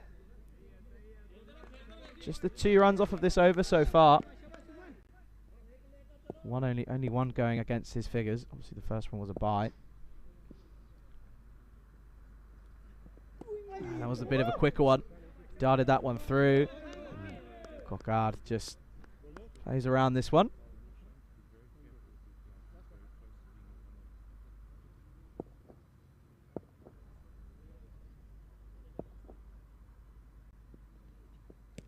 This is short. He misses out here. It's just going to come through off the glove for the 1 run, and he's going to be frustrated there. I think he feels that he's missed out on a very hittable delivery, but it's a good tidy over from Suman Gimidi again, with just the 2 runs coming off of his figures. And after 4 overs, Gamblers are 44 for none. So we've got one last scene that we haven't seen yet. And that's what they're on your screen at the moment. The Lisbon Capitals, they'll be playing their first games tomorrow up against the home team of the Coimbra Knights. They'll be playing tomorrow evening, starting at 4 o'clock GMT, 6 o'clock Central European Time, or 9:30 if you're over in India on FanCode. Plenty of cricket alongside the finals day of the Rome series. Oh, that's a lovely shot. That's a textbook off drive, and Shaikat comes around to collect that. It's just the one run, as it's now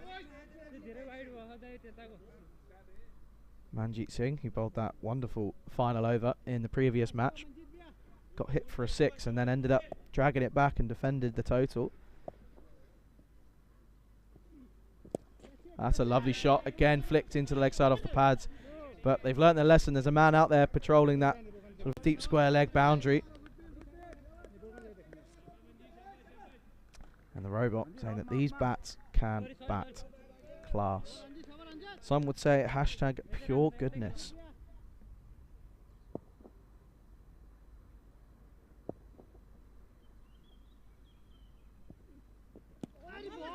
Was looking to go big. I think there was a bit of movement on the back foot. I think it did go up slightly. We take another look here, but I think it was back down in time. So it was up, then it was down. So good call from umpire Bucks. He's confident in his dismissal of that appeal. But a good bit of bowling from Manjeet Singh, and again, outstanding work by Singh with the gloves, proving to be a huge asset for the Gorka 11. And this goes big, into out. That's going to be 1 bounce, 2 bounce, and trickles over the boundary. Another glorious cricket shot right out of the textbook. And it's another 4 runs here for the Gamblers CSC. Lofted over the infield through the covers. It doesn't quite get much better than that here on the European Cricket Network. Does Singh have a response?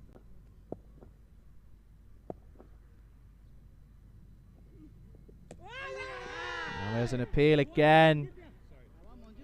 And it's been turned down, I think. It has been turned down. I certainly didn't hear anything. Take another look. There's no deviation. It was close. It certainly wasn't a nick. Again, Singh was the only one to go up, so he's within his right. This is short, leg side. There is a man out there. And he picked him out, but he's run through it.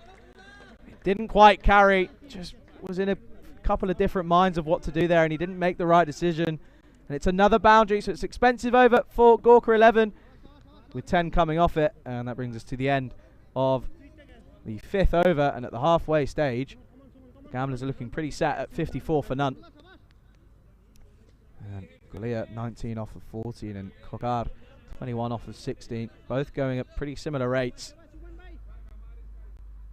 Both going at around the 131, 135 mark. No maximums yet here in this match, but 7 boundaries off of the bat, that is.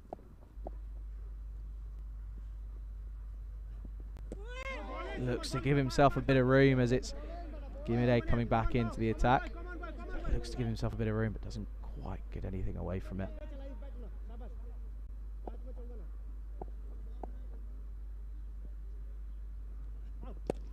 And that's hit well into the leg side, but finds the man. And he'll eventually take it cleanly. And he's just come through for a single. So it's interesting. All 4 match officials originating from South Africa. Obviously Tyrone Peters alongside the likes of Conrad Greenshields and Buck Stoneman out in the middle at the moment. And Oosthuizen is not on the on-field umpire this time, as this just played into the leg side for just another single. So it'll be interesting to see if Gimide doesn't concede a boundary. It would have gone without conceding a boundary off of his spell, which really is quite something in this short format with the boundaries the way they are. Oh, this is full, and this is going to take some cutting off. And he, that's a real shame. He did the hard work, he got a hand to it, but it just got stuck. And it ended up flying over the boundary for 4 runs. So just as I say that, another boundary flows. Bit of a full toss. We just take another look here. Excellent camera work by the crew. just unable to get that one over. He's extremely disappointed with himself. It's another boundary nonetheless. It goes again, and once again the umpire has to fly out the way. And there's a bit of a smile, but it's another boundary. And there was a bit of an applause from tournament referee Tyron Pitty saying, well done for getting out of the way of that. He might have lost his hat, but it's another booming boundary here in Portugal. That was even closer than the first one. I'd argue that had a little bit more style than Gert did. It's consecutive boundaries here. And again, splits through, but he does well, gets something behind it. I think that's Rana down there. And it just sticks to a 1. So again, a good over this from the Gamblers, with 11 coming off of it. And at the end of the 6th, the Gamblers are 65 for none. Let me take a look at some of the bowling figures at the moment. So give me the first bowler to bowl out. Finishing with none for 13. Not terrible at all. Economy-wise, only going at 6.5 and over. You certainly cannot complain. But it's interesting to see they're going to hold their seamers back for the death. As obviously you've got Madhukar Thapa as well, who's more than capable of bowling in the death. He did it in the last game, of course. But then you've got Hardeep Singh and MD Shaikat, who got a wicket left, or an over left, I should say. But that's going to start with a wide, as it's Manjeet Singh coming in to bowl his second and final over.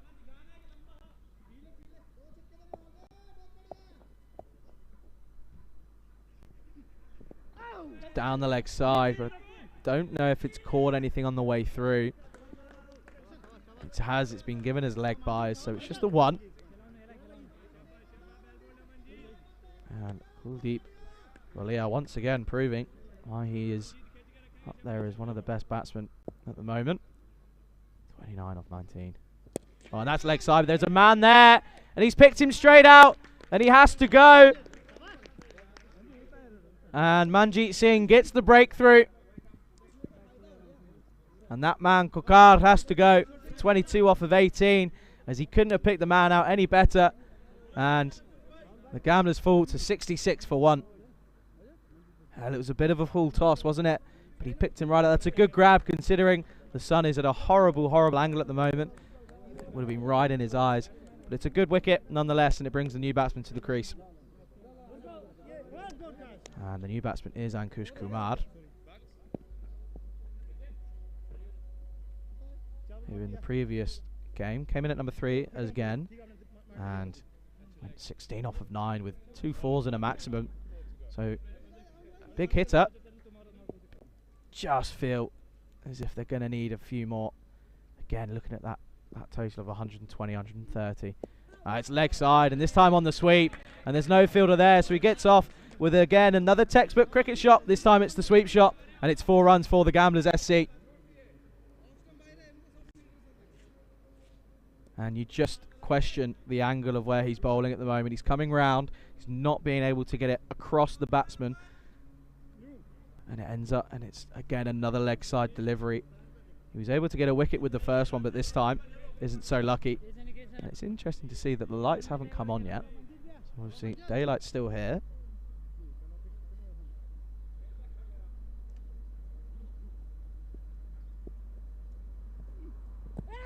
There's a big appeal. Conrad turns it down straight away, and it's a shot at the stump. And if it was a direct hit, he would have been miles away. Take another look. Now, I think the only thing that's saving the batsman there is that it's pitched outside leg, and that's where you just have to question the angle that where he's bowling from once again. And again, but this time, holds himself back and just plays this into the offside. And they come through for the 1 run.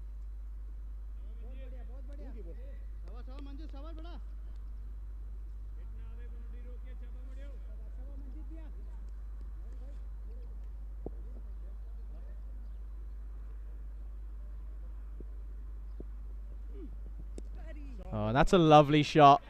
He's intentionally played that as fine as he possibly could, as he knows that there's a man at short third man. He's a little bit squarer than usual, and he's just ran it down to the boundary for another boundary. It's a beautiful cricket shot. from Gollier there. And that brings us to the close of the 7th. Currently going at 11s, 77 for 1. So again, if you are in the YouTube chat, do let us know where you're watching from as we get to take a look and I get to run you through what we've got coming up for you tomorrow during the day. It's finals day out in Rome, and we're edging closer to that Super Series. But we've got Roma CC taking on Roma Caponelli as they just made it through to finals day. Then you've got RBMS taking on Royal Roma, and then you've got qualifier 2, and then the final coming up, match 24, and that all begins at 6:30 GMT, 8:30 Central European time, and 12 o'clock in India. So do subscribe to the YouTube channel and do not miss on that as Tapper's into the attack now and starts with a full toss.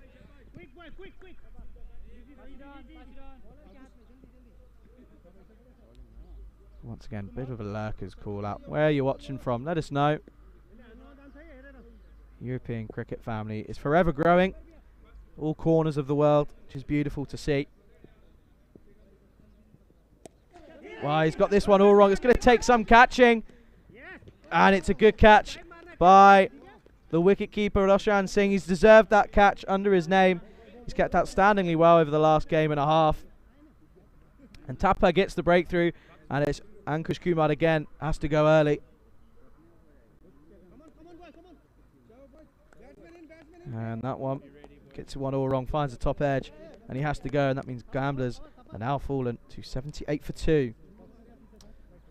The robot saying Friday night European cricket couch. Sounds like a good place to be watching some cricket on a Friday evening. Think of worse things to do. Well, there you go. We've got a poll. People, get your answers in as the robots are asking, was that dive necessary? I'm not going to put my input in just yet. It's going to be interesting to see what everyone thinks. I'll let that one run out. So the new batsman on strike, looking to go big early, as it was a bit of a short delivery. And that's Parveen Singh is the new batsman.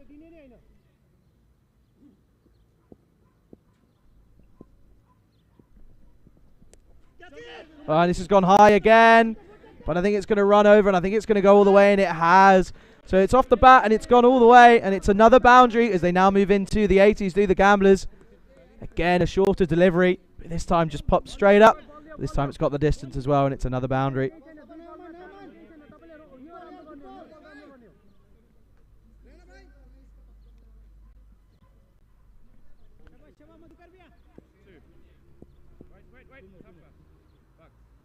I think there was a bit of a delay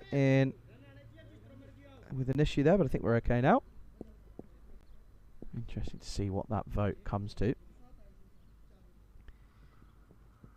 This is Fuller, and that's gone high. Has it got the legs is the question. It doesn't, but it's been dropped, and I think he's taken one to the chin. I think luckily it's not gone all the way. So he has prevented a boundary.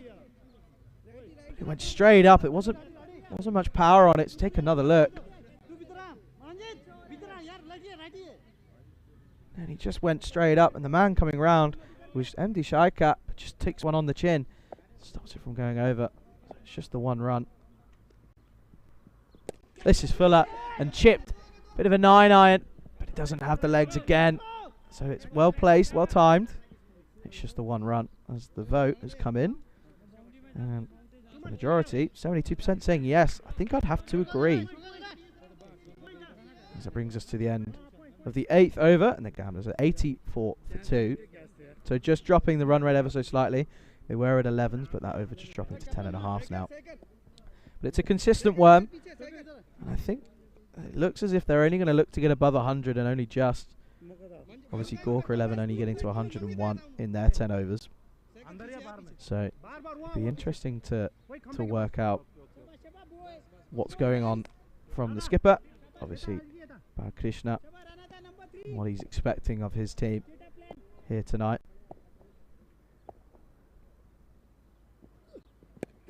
Looked to give himself a little bit of room, but he was followed. And it's just, again, good work out in the deep, and it's just one run as it ran back into the attack. One of my more favourite players, I think, bowlers-wise. Went for 13 off of his first over. However, he's one of those bowlers that if it's in the right area, it's not easy to get away whatsoever.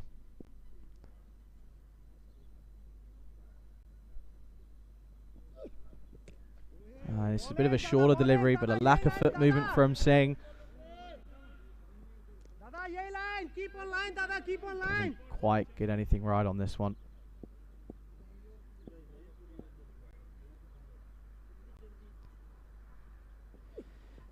Well, this time it is going to be given a wide, as I think even after taking a step towards the offside, he wasn't even going to get anything on that. So he's going to have to bowl that one again. Here's Imtiaz Rana.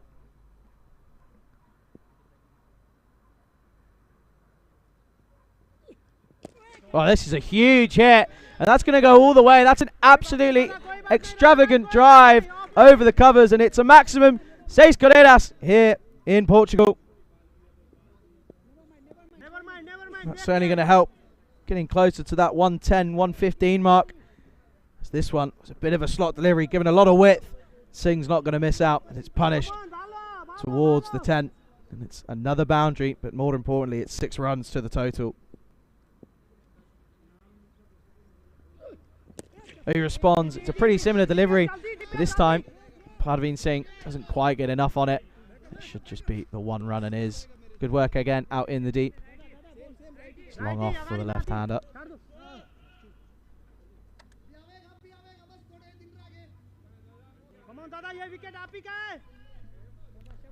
It brings Golia back on strike. 33 off of 24 for him.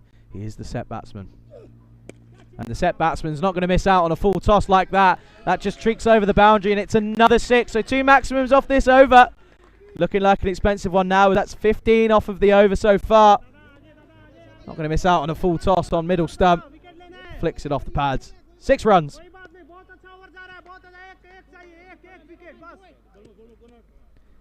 And Golia looking set at the moment. 39 now off of 25. It's a slot delivery, but he's picked out the man, and he takes the catch. So he has to go. Golia looking to be a bit of the aggressor here, but he has to fall for 39 off of 26 deliveries. But it's a good catch in the deep by Suman Gimidi, and the commentator's Kurtz strikes again. It's a good, handy innings from Kuldeep Golia. 39 off of 26.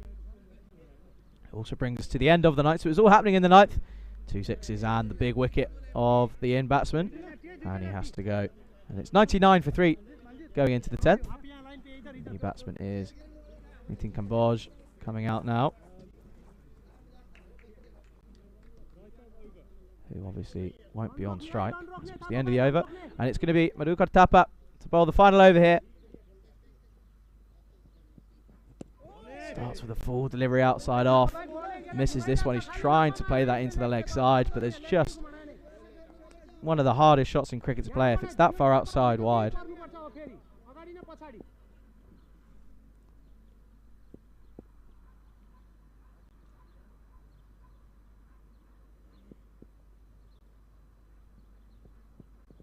Looks to give himself some room again. Gets this one all wrong. And it's another dot ball. So gonna look. They only need 11 to get up to that 110 mark. As the robot says, should try to be saying 6 corridas, 6 carreras. That's my Spanish coming out of me, that is. But you're probably not wrong. That's hit well. But it's good bowling from Thapa as it's bowling to his field. It looked to turn and go. It's all happening here. I think he's been struck by the ball there, but I think he's okay. And it's just the 1 run. I'm going to have to agree. I'm going to have to say it should be corridas.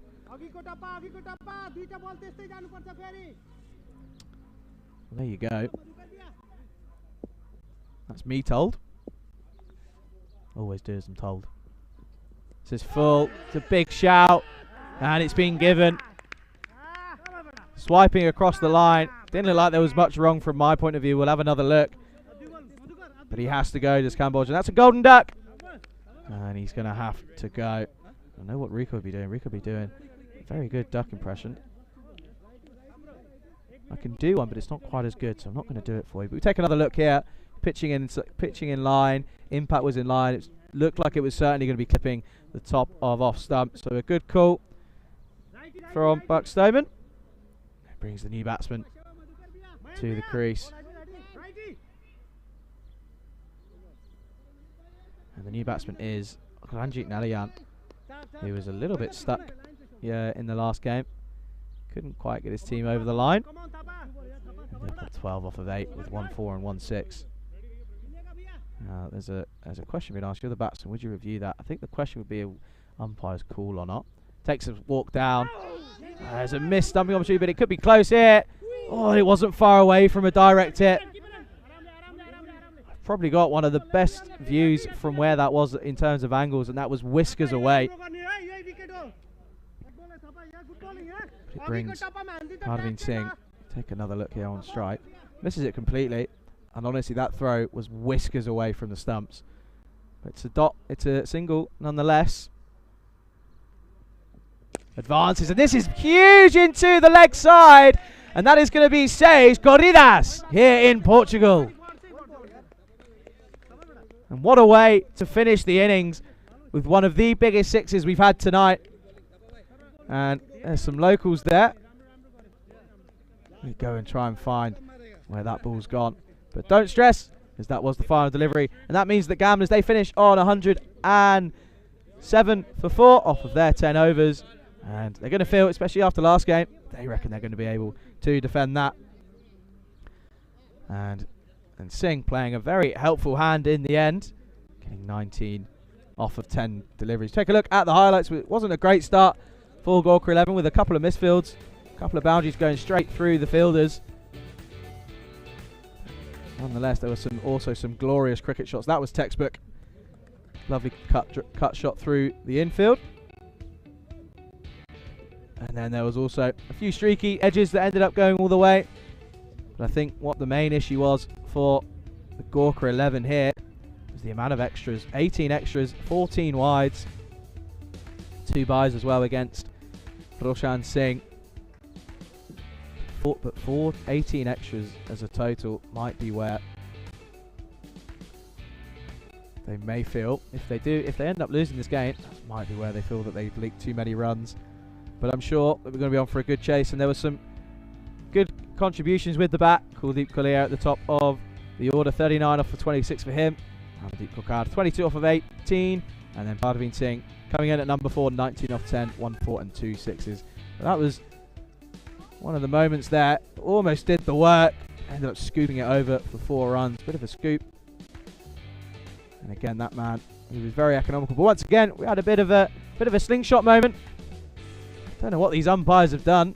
They're not getting much liking from the batsman, but Bucks does well to get out of the way of that one. Inches away from the brim of the hat. I know Gert was watching, and there was a bit of an applause from Tyrone Peters, tournament referee, saying well done for getting out of the way of that one. But then that was a bit of a change there, as Amandeep was caught out on the leg side off a full toss. And then Manjeet Singh ended up bowling a little bit on the leg side, and he got a bit of punishment. And then once he put it on the offside, there was a lovely glance down towards third man. But that man there on your screen was probably one of the pick of the bowlers. Tapat, 2 for 14 off of his 2 overs. It was pleasant to watch as he came in towards the latter stages of this innings. Got a little bit unlucky with a couple of boundaries, but nonetheless he got 2 major wickets. And there was plenty of cricket left out there, as Gorka 11, they will be requiring 108 off of their 10 overs. Well, it's all to play for, and we're certainly going to see the response in probably a matter of around 10 minutes as we just get through to the final highlights. And this one, that was the biggest one of the lot. 6 runs into the leg side, and what a way to finish the innings. Don't go anywhere, as we will be back within the next 10 minutes or so, as the Gamblers have set 108 for the Gorka 11 to win. You're watching the FanCode European Cricket T10 Portugal. My name's Charlie Hunt on the European Cricket Network.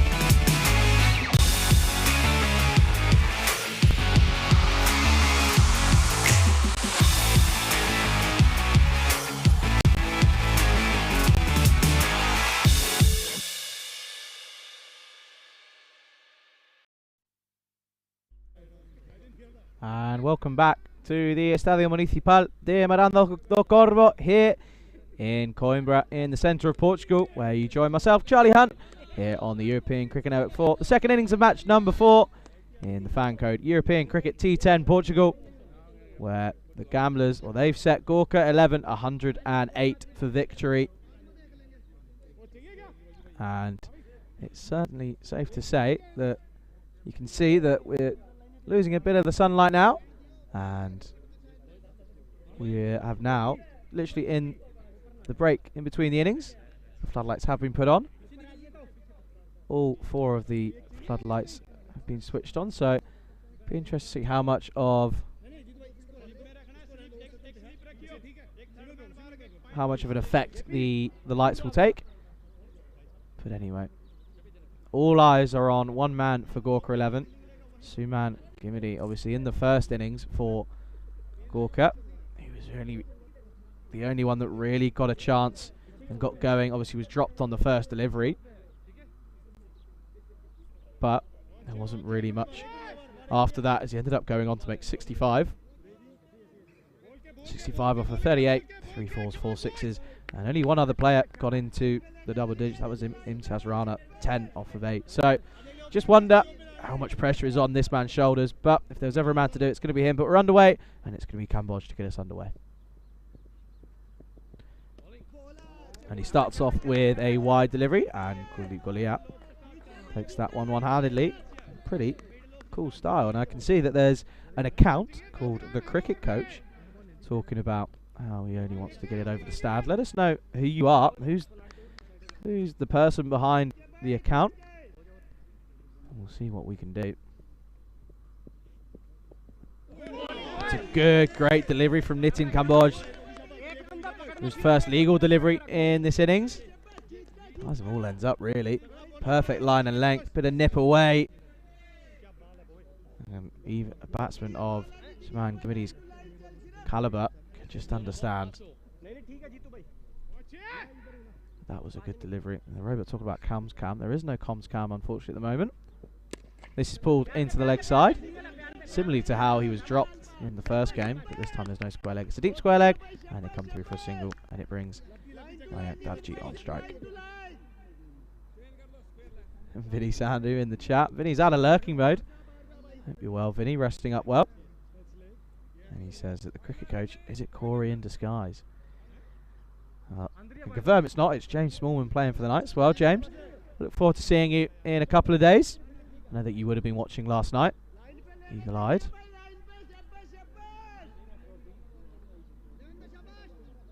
There's a bit, putting a bit of pressure on yourself to call yourself the cricket coach. No pressure whatsoever, but we've got left-handed Darji, plays into the offside. Oh, it's an extravagant dive, but he dives over it, and they come back for a second, and it's a real comfortable second. So interesting fielding once again early on here. Just wonder if the lights are starting to play an effect as they're slowly becoming our only source of light here in Coimbra. And what a stadium it is. Estadio Municipal de Miranda do Corvo.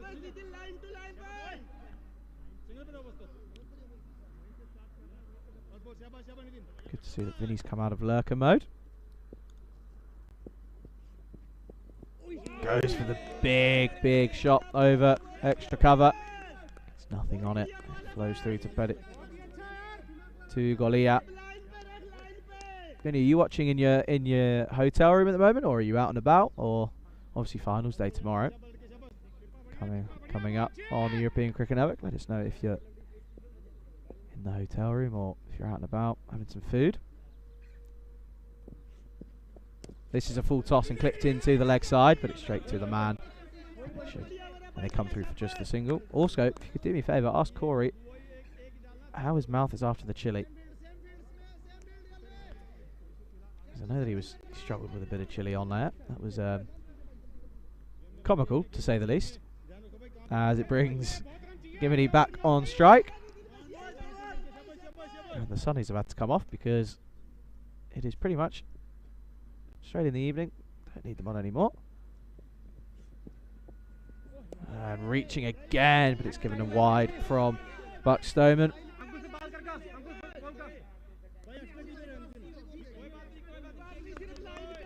And Vinny's saying, just got back to the hotel room after a steak carbonara gelato and a few Italian craft beers. Now that does sound like a severe idea of heaven. I'm not jealous whatsoever. None at all. Oh, and that's textbook. Textbook Suman Gimidi.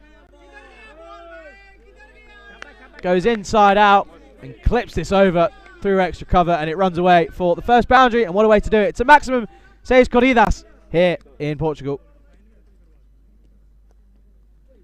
What a way to end the first over. 12 coming off it. And if Gorka 11 are going to get anywhere near this total, then Suman Gimidi is going to take a huge part in this run chase. And saying that Corey looked like a little red chilli after that incident, and I'm sure he did. Good thing that he was wearing one of those flowery shirts. Cool down nice and easy. Mind you, the temperatures don't seem like it's going to be easy to cool down whatsoever out in Italy. The temperature's hot, the cricket's hot. And finals day coming up tomorrow, and what a day that will be. Followed up by more evening cricket here in Portugal. But we're going to see the left-handed Parveen Singh now. And he bowled really well in his spell in the previous game. Looked a little bit tricky, was getting a bit of away movement from the left-hander.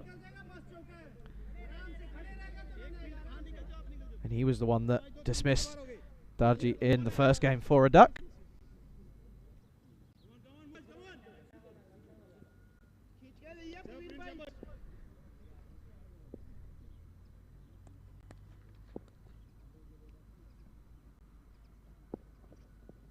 It's short, and this is left alone. It's a good first bouncer early on here from Parveen Singh. Take another look here. Pulled out of the shot, really. It's outstanding bouncer, really. And cricket coach, James, saying there's a great Italian in Coimbra if you fancy carbonara. But I'm not sure what the plans are this evening. Either going into Miranda for a bit of an explore or Coimbra, one of the two. I'm sure I'll let you know tomorrow. That just comes off right off of a length, and I think he's got a bit of bat on this as well, and he has. And it's going to be another boundary, so another 4 runs to the total. And this time, 4 runs go to Darji this time. You can see that, just getting a bit of lift off the pitch. Must have hit, that's almost come off the arm, really. Must have hit one of the, there's a few spots on the pitch. Can't really pick them up on the camera, but there's just a few spots that have been painted over that if you get one of them right on the noggin, and that's one of them again. It's just lifted again, this time on the right side of the pitch, and it's a good comeback after the boundary. A shrug, asking umpires in short sleeves at 8:30 p.m. I can tell you the temperature exactly. Just check on my phone. It's 25 degrees, so it's pleasant, nice and pleasant.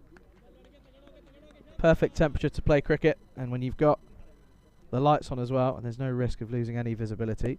And this time punishes the short ball.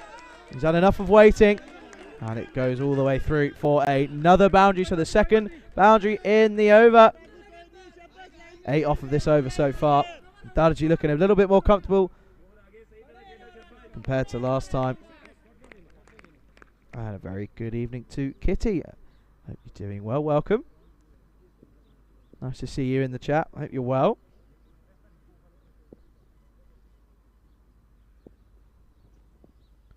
It's a great comeback from Parveen Singh.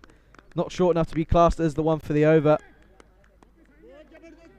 It's a great bounce, just tucking him up. Doesn't give him any space, doesn't allow him to make himself any room either with his pace. It's a good comeback with a dot ball. So it's dot, 4, dot, 4, dot. Now if history tells you anything, we're going to have a 4. You never know.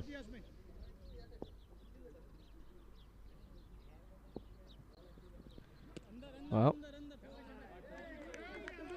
it's not quite the end of the over because we didn't get the 4, but we've got a wide, so still another opportunity for another boundary. And Gamblers just looking like it's just falling off a little bit here. Just looking to struggle to get through this over. See the 2 boundaries coming from it.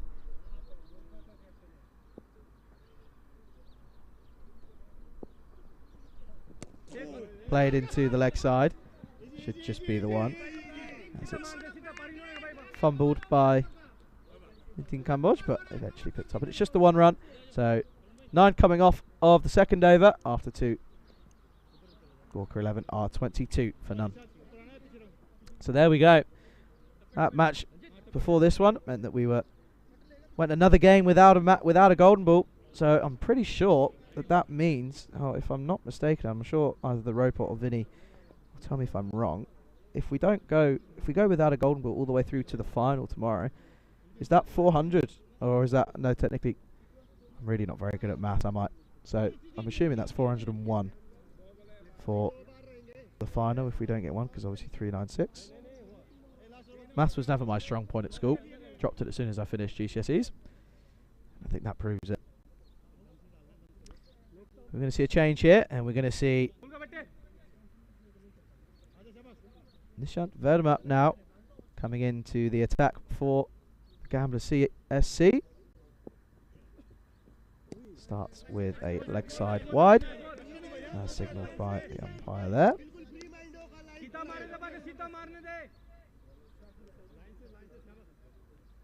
It certainly is in the sunset. It's looking like a beautiful one just to the left of me here. Just looks like it's going to be another lovely evening here in Portugal.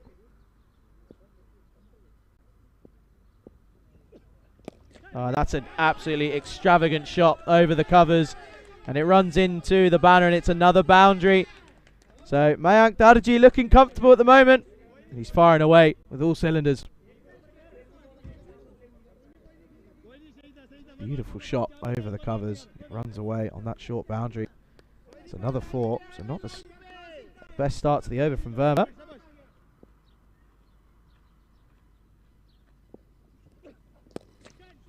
And again, we'll talk about copy-paste.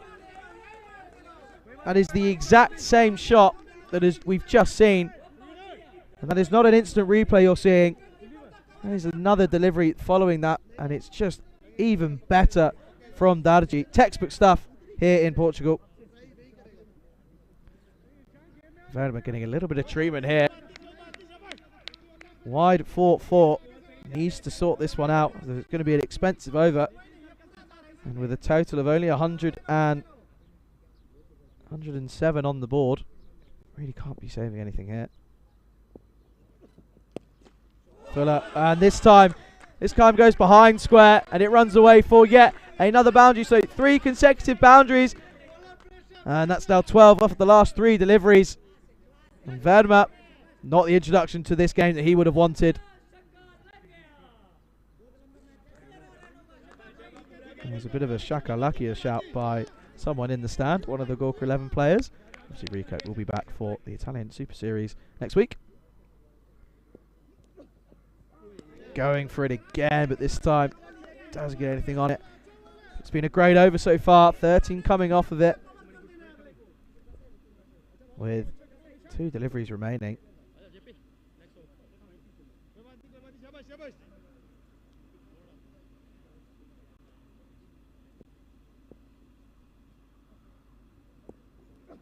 Short, and again, isn't going to miss out. This time it's not a 4, it's a cut shot all the way for Seis Corridas here in Portugal. It's wide, it's short, it's too short and it's too wide, and it goes the distance. It's another boundary. This is an expensive over here in the third. It's a great way to end this power play.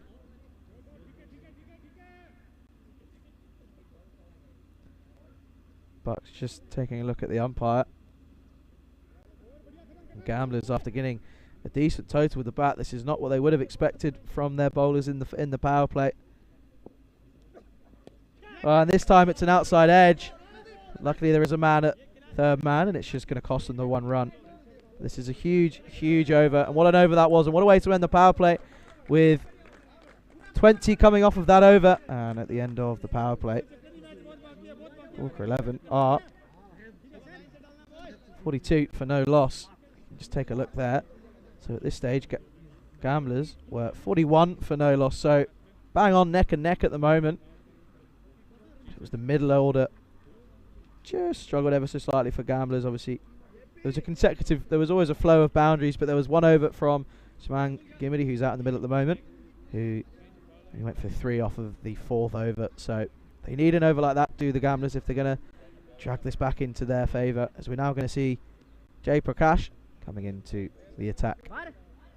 Daji's still on strike, 31 off of 15 now.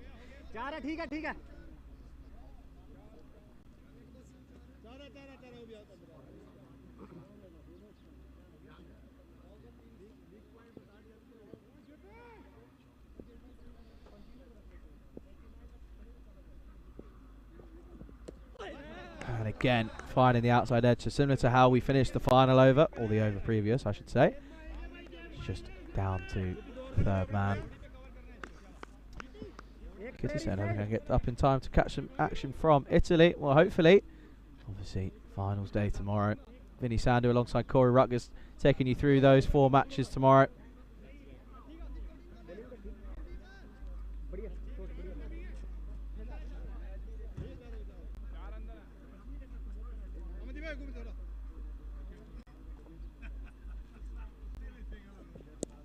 Played down again to 3rd man, this time a little bit wider, and it's a good shot from Gimidi. It's just going to be the 1 run. He's had to play, sat in the passenger seat here. He's just watching Daji motor along at the moment.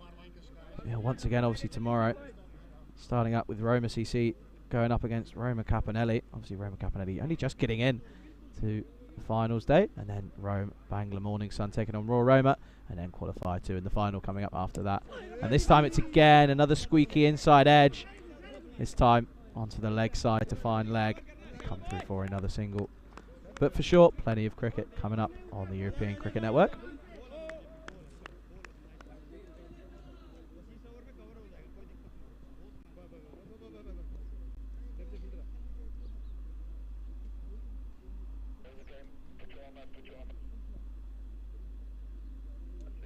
There's just a bit of a halt in play. Trying to work out as to why. But again, it gives me a good opportunity here in the last, what have we got? 6.3 overs remaining. Bit of a lurkers. We'll do 2 in 2. We'll do a lurkers shout out. We'll also have any random questions. If you want to know anything about myself, any random questions about the world, cricket, get them in the YouTube chat, or you can do it at my Instagram, which is CJ_Hunts_.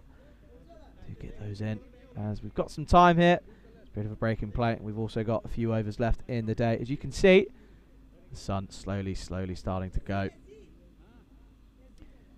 And there's the infamous Conrad Greenshields, just to the right of your screen. One of many Saffers out here at the moment. As the cricket coach asks, what's your favourite sweet? Now that, albeit simple, is a very difficult question. I think I'm going to have to go with squashy. Squashy has to be one of my favourite sweets.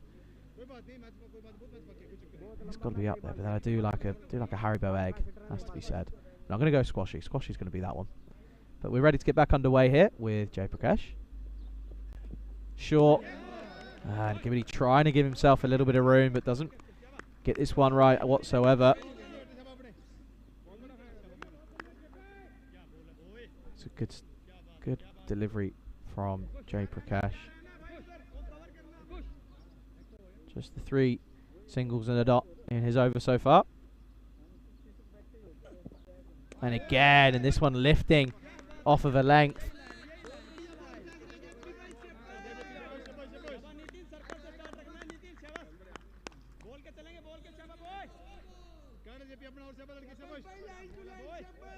Last ball है circle पे तो ले लिए.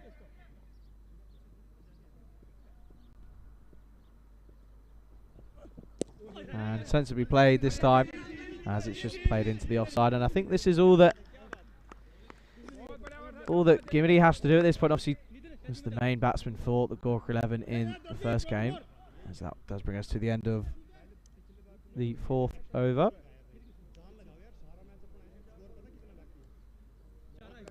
As I think we just need a little bit of a catch up on the scorer.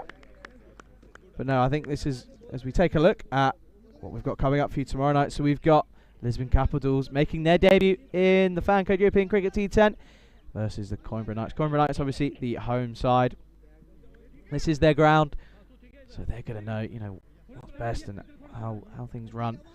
Coimbra Knights, they played well, obviously losing 2 out of 2 against the Marlow Calanders. We get the best first look at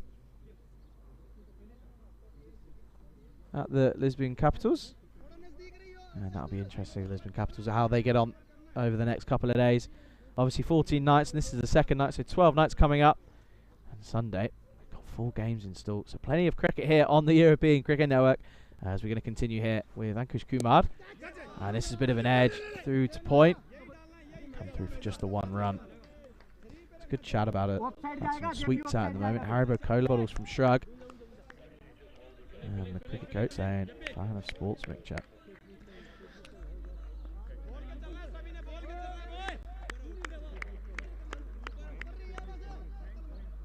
And I think we're about to have another break in play. We're just having a few technical issues here at this point.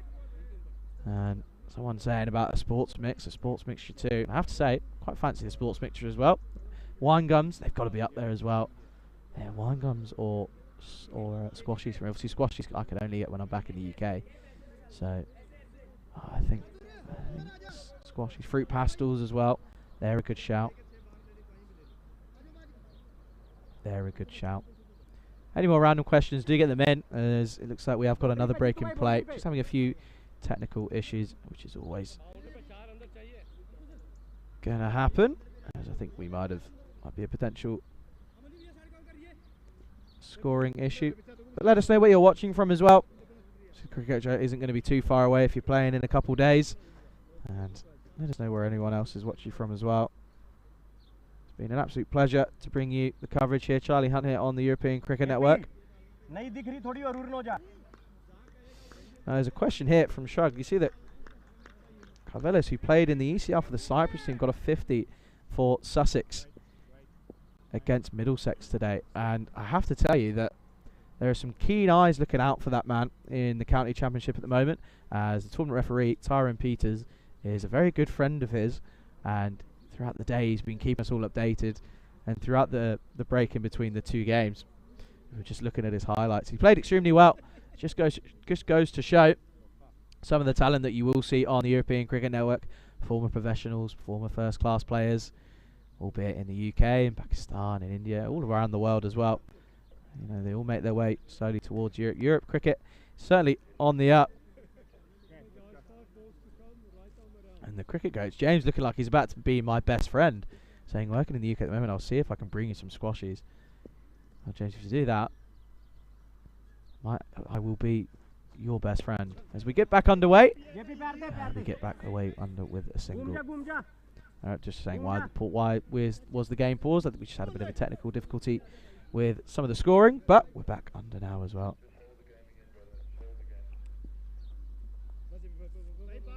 So interesting to see that obviously Italy, where we've been for, this is what now, the 4th week. So Italy won their qualifiers up at Finland, I believe it was.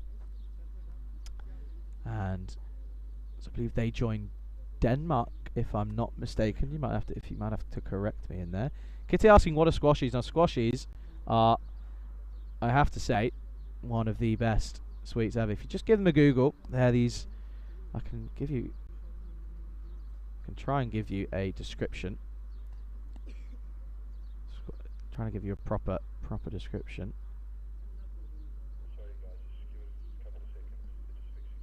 There doesn't seem to be a proper description. But what they are, they're sort of like a strawberry, and I think it's like a milk bottle sort of thing that's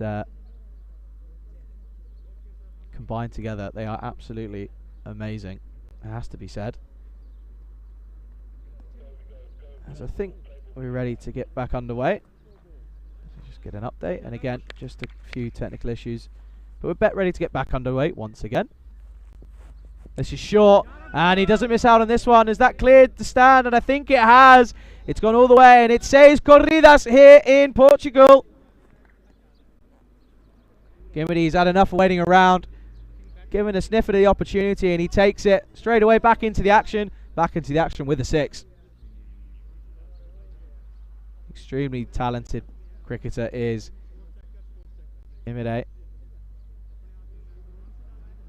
As that ball, we're not going to get that one back, so we need another Kookaburra. Shabash, shabash, shabash. And you can just feel that Gamblers just thinking that they need a wicket. They're going to need to break this partnership. Sensible cricket just clipped into the offside. And the Duracell Bunny comes through very quickly for the single. Kitty, if you ever get the chance, do try a squashy. You will be thoroughly impressed. We appreciate everyone's patience. And again, apologise for the bit of a pause in play. But if anything, it means we're going to get more of an effect from the lights in the night series. And he's got it. That's the breakthrough that they needed, and it's the man that's been motoring away. And it's Mayank Dardaji, and he has to go as Ankush Kumar makes the breakthrough. And the partnership is broken at 55, and Gorka 11 are 55 for 1. And it just plays it on, chops it on, bit of a bottom edge. Inside edge, and he has to go. Very unlucky, but he walks off to applause from his teammates, and he has to go for 34. What an innings it was. 34 off of 19, 5 fours and 1 6 in there, striking at 178. The new batsman in. He's got a lot of pressure on him. Suman Gimidi is going to have to take over now. 17 from 10 for him. Rahul Kumar is the new man to the crease. He's got to face one final delivery here from Ankush Kumar. That's Margus. Loose bus change. Marnus Labuschagne would say. That's a lowie. I'm not going to do an impression because I'm pretty sure I'd upset a few people. This is a good start again, and it's played back. It's sensible from Rahul Kumar. And Ankush Kumar finishes the over with a dot ball. Most important, he gets the big wicket. And at the end of the 5th, at the halfway stage, Gorka 11 are 55 for 1. So at this stage, after 5, Gamblers were 54 for none. So almost neck and neck. Not a lot between both teams at the moment. Obviously, a bit of a pause in play means the rhythm is broken, and I think that might have been where the Gamblers were able to get the batsman out of Dardaji. But this time it's over and over and over, and it's still going, and it's over the infield, and it's gone all the way for another 6 corridas here in Portugal. Gimidi motoring along now, taking over from his previous partner, and he's saying, well, it's my turn now, and he now moves into the 20s. Bit of a nothing delivery, wasn't much to it. Wasn't rushing him for pace, but he needs a response now. It's Fuller, and he's played it with the full face of the bat, but it's good fielding by Padveen Singh. And it's just the 1 run, and he brings the new batsman Rahul Kumar on strike.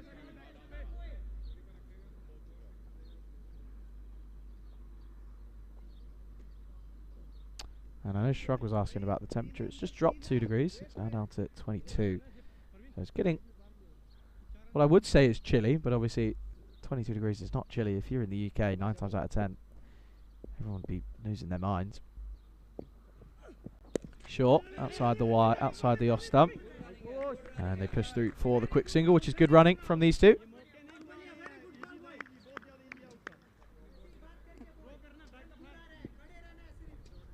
But it brings the danger man back on strike, as it's now Suman Gimidi, 24 off of 12, 200 strike rate. It's going well here.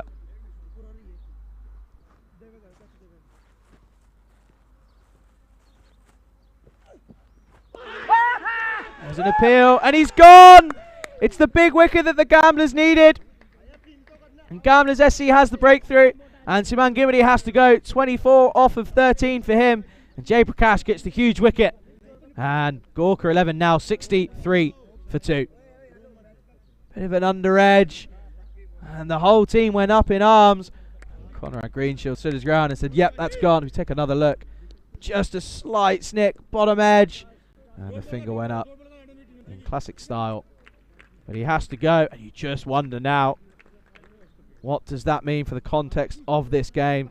45 off of 26 now. Run rate not really an issue, but it's the batsmen that they have coming in now. It's going to see a bit of a test, as in the first game, after Gimidi, it was only a total off the bat of 14 runs after Gimidi. So a lot of pressure on the middle order now. Just forward presses this into the leg side, as the new batsman is Nazrul Latul. And he gets off the mark straight away and shrugs, saying, do you support a county team? I do. Being from Essex originally, I support the Essex Eagles. Obviously we lost to Lancashire in the quarterfinals, who eventually came second in the tournament, so not a bad team to lose to. Played again into the offside to the man at point. And they come through for the single. They're going to need a few more boundaries if they're going to get close, as it brings us to the end of the 6th. And after 6 overs, Gorka 11 are 65 for 2. So I have to say that extras-wise, they're not doing too badly. Just the 4 wides coming into the last 4 overs. Obviously 7, 8, 9 and 10. 43 required of 24 deliveries. And I can just say now, unfortunately, not able to show you my perspective, but there is a beautiful sunset just to my left. The sunset's setting. The sun is setting, however, the cricket's not stopping. We looks like we're going to be on for an exhilarating chase on here.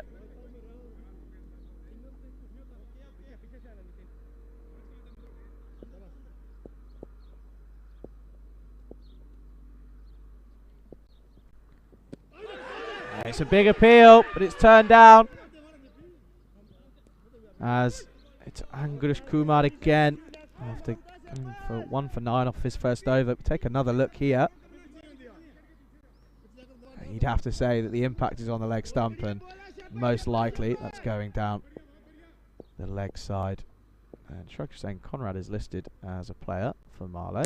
It goes big into the leg side, and he's got all of this. He's dragged that from wide outside off, and it's going to go all the way again for 6 corridas here in Portugal.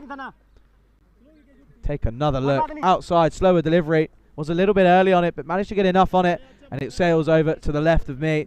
And it's another 6 runs. They're going to need a few more.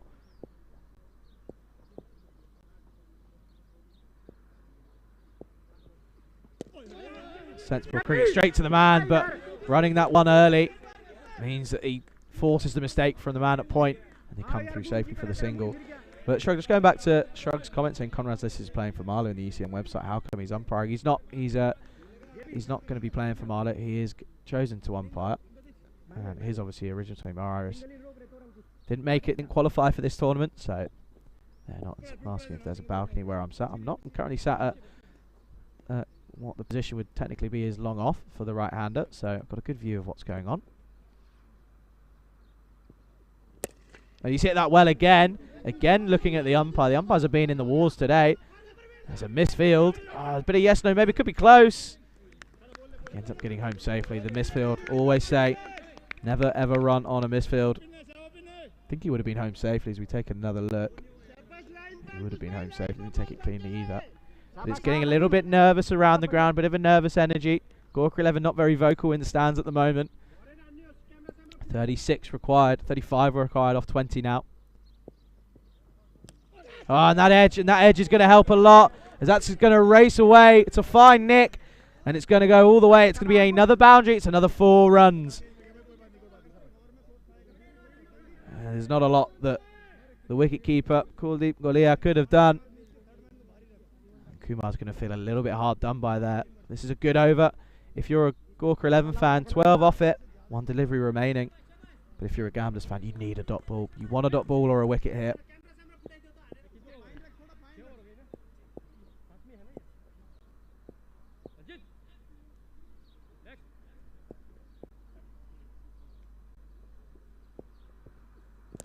It's another edge, but this time it's not going to go all the way, so it's just going to be the 1 run. So all in all, not a terrible outcome for Gamblers. with 13 coming off the 7th, and after the 7th over, Gorka 11 are 78 for 2.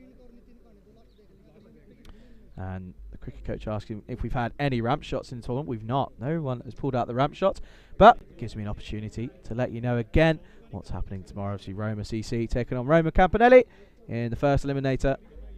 And then you've got Rome Bangla Morning Sun taking on Royal Roma. And then we've got Qualifier 2, so the loser of the Qualifier 1 takes on the winner of the eliminator. And then we have the final. And that'll be an outstanding and exciting day of cricket. And it'll be Vinny Sandhu alongside Corey Rutgers, who will be taking you through the cricket tomorrow. It doesn't stop there as the final will finish. And we'll come straight to us here on Saturday night, for some Saturday evening cricket. As I'm just getting told that England have done one over the South Africans. So a huge South African contingency out here in Portugal will not be happy.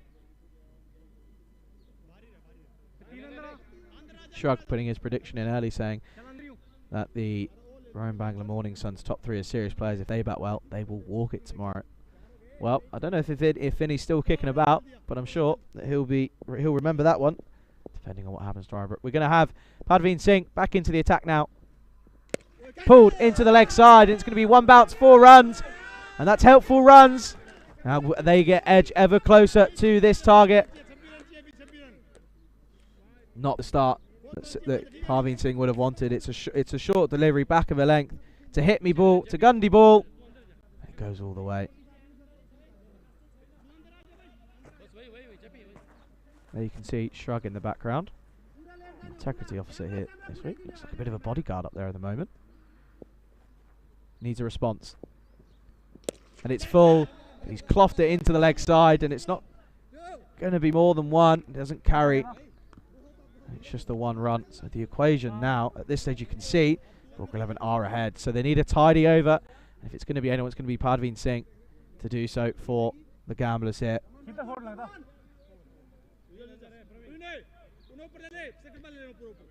And you can just see now that the lights are slowly starting to take more of an effect on the game. A few shadows popping around from the lights now.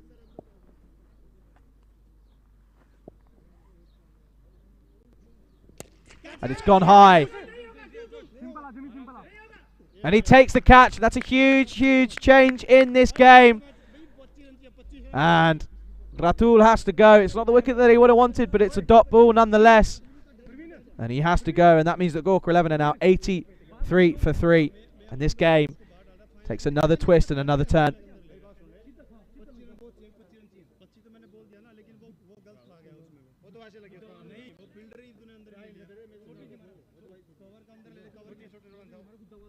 And it brings the new man to the crease. One of my favourite players here at the moment. Imtiaz Rana comes to the crease. And he's got a big job on his hands here. Obviously, was this only other batsman to get into double figures. Only just though in the previous game, 10 off of 8. He's got a lot of pressure on him here now.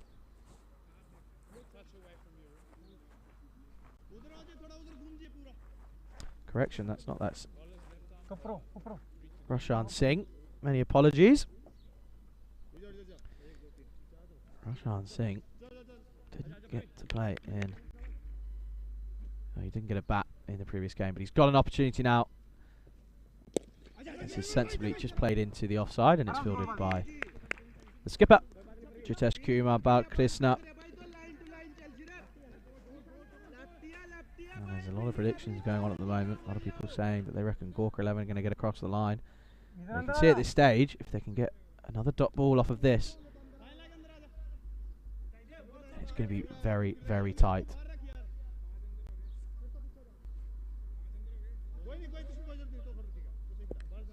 So 2 deliveries remaining. Kumar is on strike. He's the man that they need to get. To slow a ball, and it only misses by a matter of millimetres. Parveen Singh thought that that was the one. It was an exceptional slower ball, back of the hand, and then spins away, but spins too much. You can see, well, that, if you want to see an example of how to bowl the back of the hand slower ball, it's that one right there. nearly gets the breakthrough, but it's a dot ball nonetheless. One more and they're right back in this game.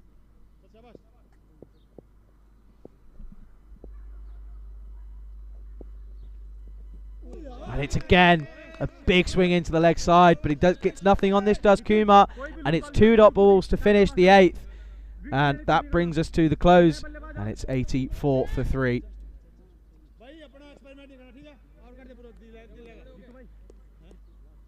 So there we go. We're going to get a look at the worm. And does it get much closer?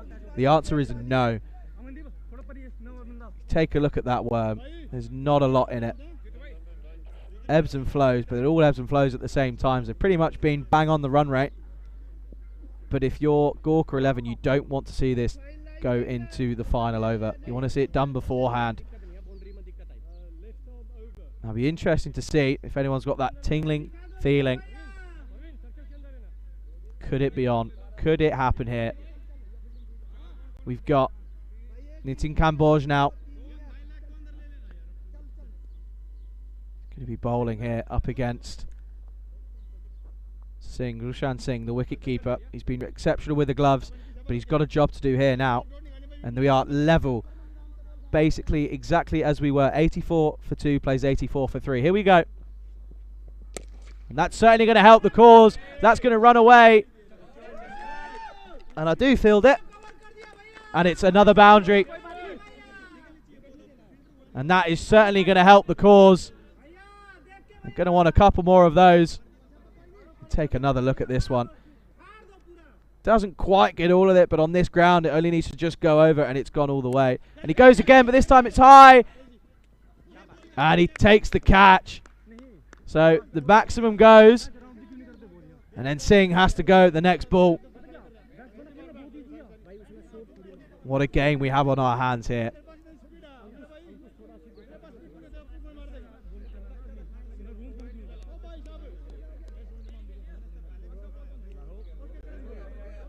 I'm putting the shout in early. I think we've got it.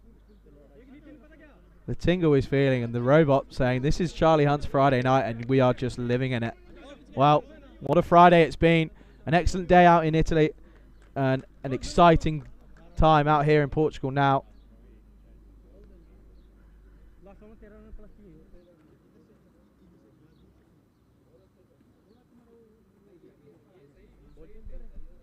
Tensions are starting to rise a little bit. The equation now, 18 off of 10. And Conrad, just showing, got a decent iron on him as the man. So, score 90 for 4 now. And the new man, who I thought was in earlier, but it's Imtiaz Rana, comes to the crease now. He's got a job to do. 18 off of 10 required. 4 to come out of this 9th over, and as Vinny would always say, it always happens in the 9th.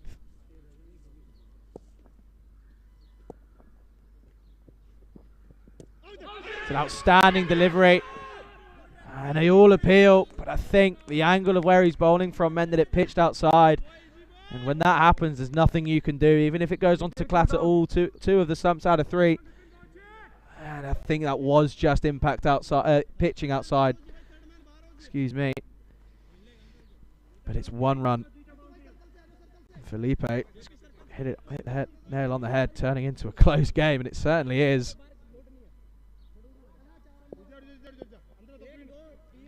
Kitty's saying that she's feeling a tingle. 17 off 9. Well, that's certainly going to help proceedings. He's bowled a short ball, and it's gone the distance. And if you're the Gamblers SC captain right now, you've got questions to ask. Short boundaries on the leg side, and he's just fed it to him on a plate, but it stays Corridas here. And it's that man, Raul Kumar, playing an absolutely outstanding hand here for Gorka 11, and it's now just 11 off of 8. That certainly changes things. He needs to see out the next 2 deliveries. He needs to have a dot ball, but it's not, and that's well fielded. It's an opportunity. It would have been close, but they end up coming through for the single. But it brings that man on strike. And it's an interesting point here now. Do you play this strategically? Do you want them to get the single? As giving them the single would then bring Rana back on strike for the final over. Or do you just want to play for the dot ball? Only got 10 runs to play with. This is where you need an experienced coach to go and talk to, but only got me. What has he got up the locker? Well, it's just going to be the one. They're shy at the stumps. You just wonder, as long as it doesn't go for buzzers, then they can't be upset. So it is one, but importantly, it brings the new batsman Imtiaz Rana on strike for the final over of this game. So after 9, and talk about it all happening in the 9th, after 9 overs, Gorkha 11 on 99 for 4, requiring 9 off of 6. We've seen crazy things happen here on the European Cricket Network. There's a lot of discussions as to who should bowl this final over. There's plenty of options to go for.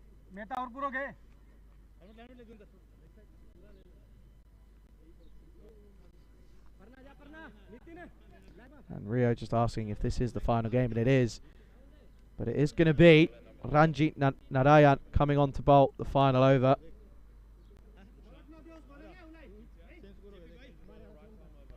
Now, interestingly so, Narayan bowled the final over in the last correction. Narayan bowled 1 over in the final last game, but he went for 14. So he's got to defend 9. 8 for a super over, and it's all going to be happening here.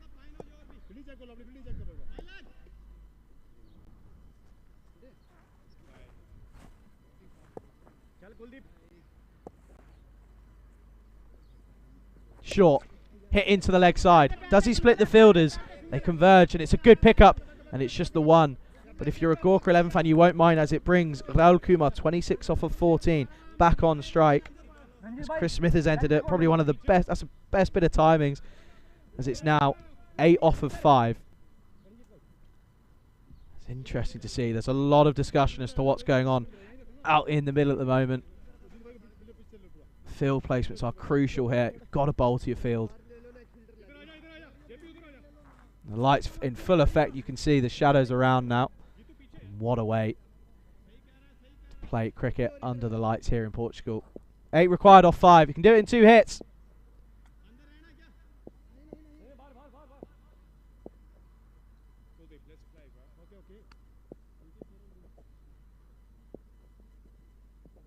And it's short, but down the leg side. It's an absolutely outstanding take from Kuldeep Golia. However, just think that swings the pendulum into Gorkha 11's favour. It's now 8. It's now 7 off 5. He needs dot balls. Dot balls are crucial here. It's short, and it's into the leg side. And once again, well, that's out of here, and that's 6 corridas, and that ties the scores. And the wait for a golden ball continues.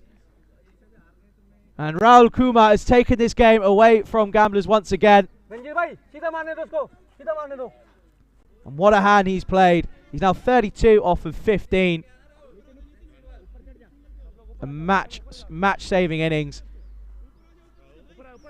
2 4s, 3 6s now to his name, striking at 213. Well, they need 1 run in 4 deliveries, and the field comes in. The scores are level.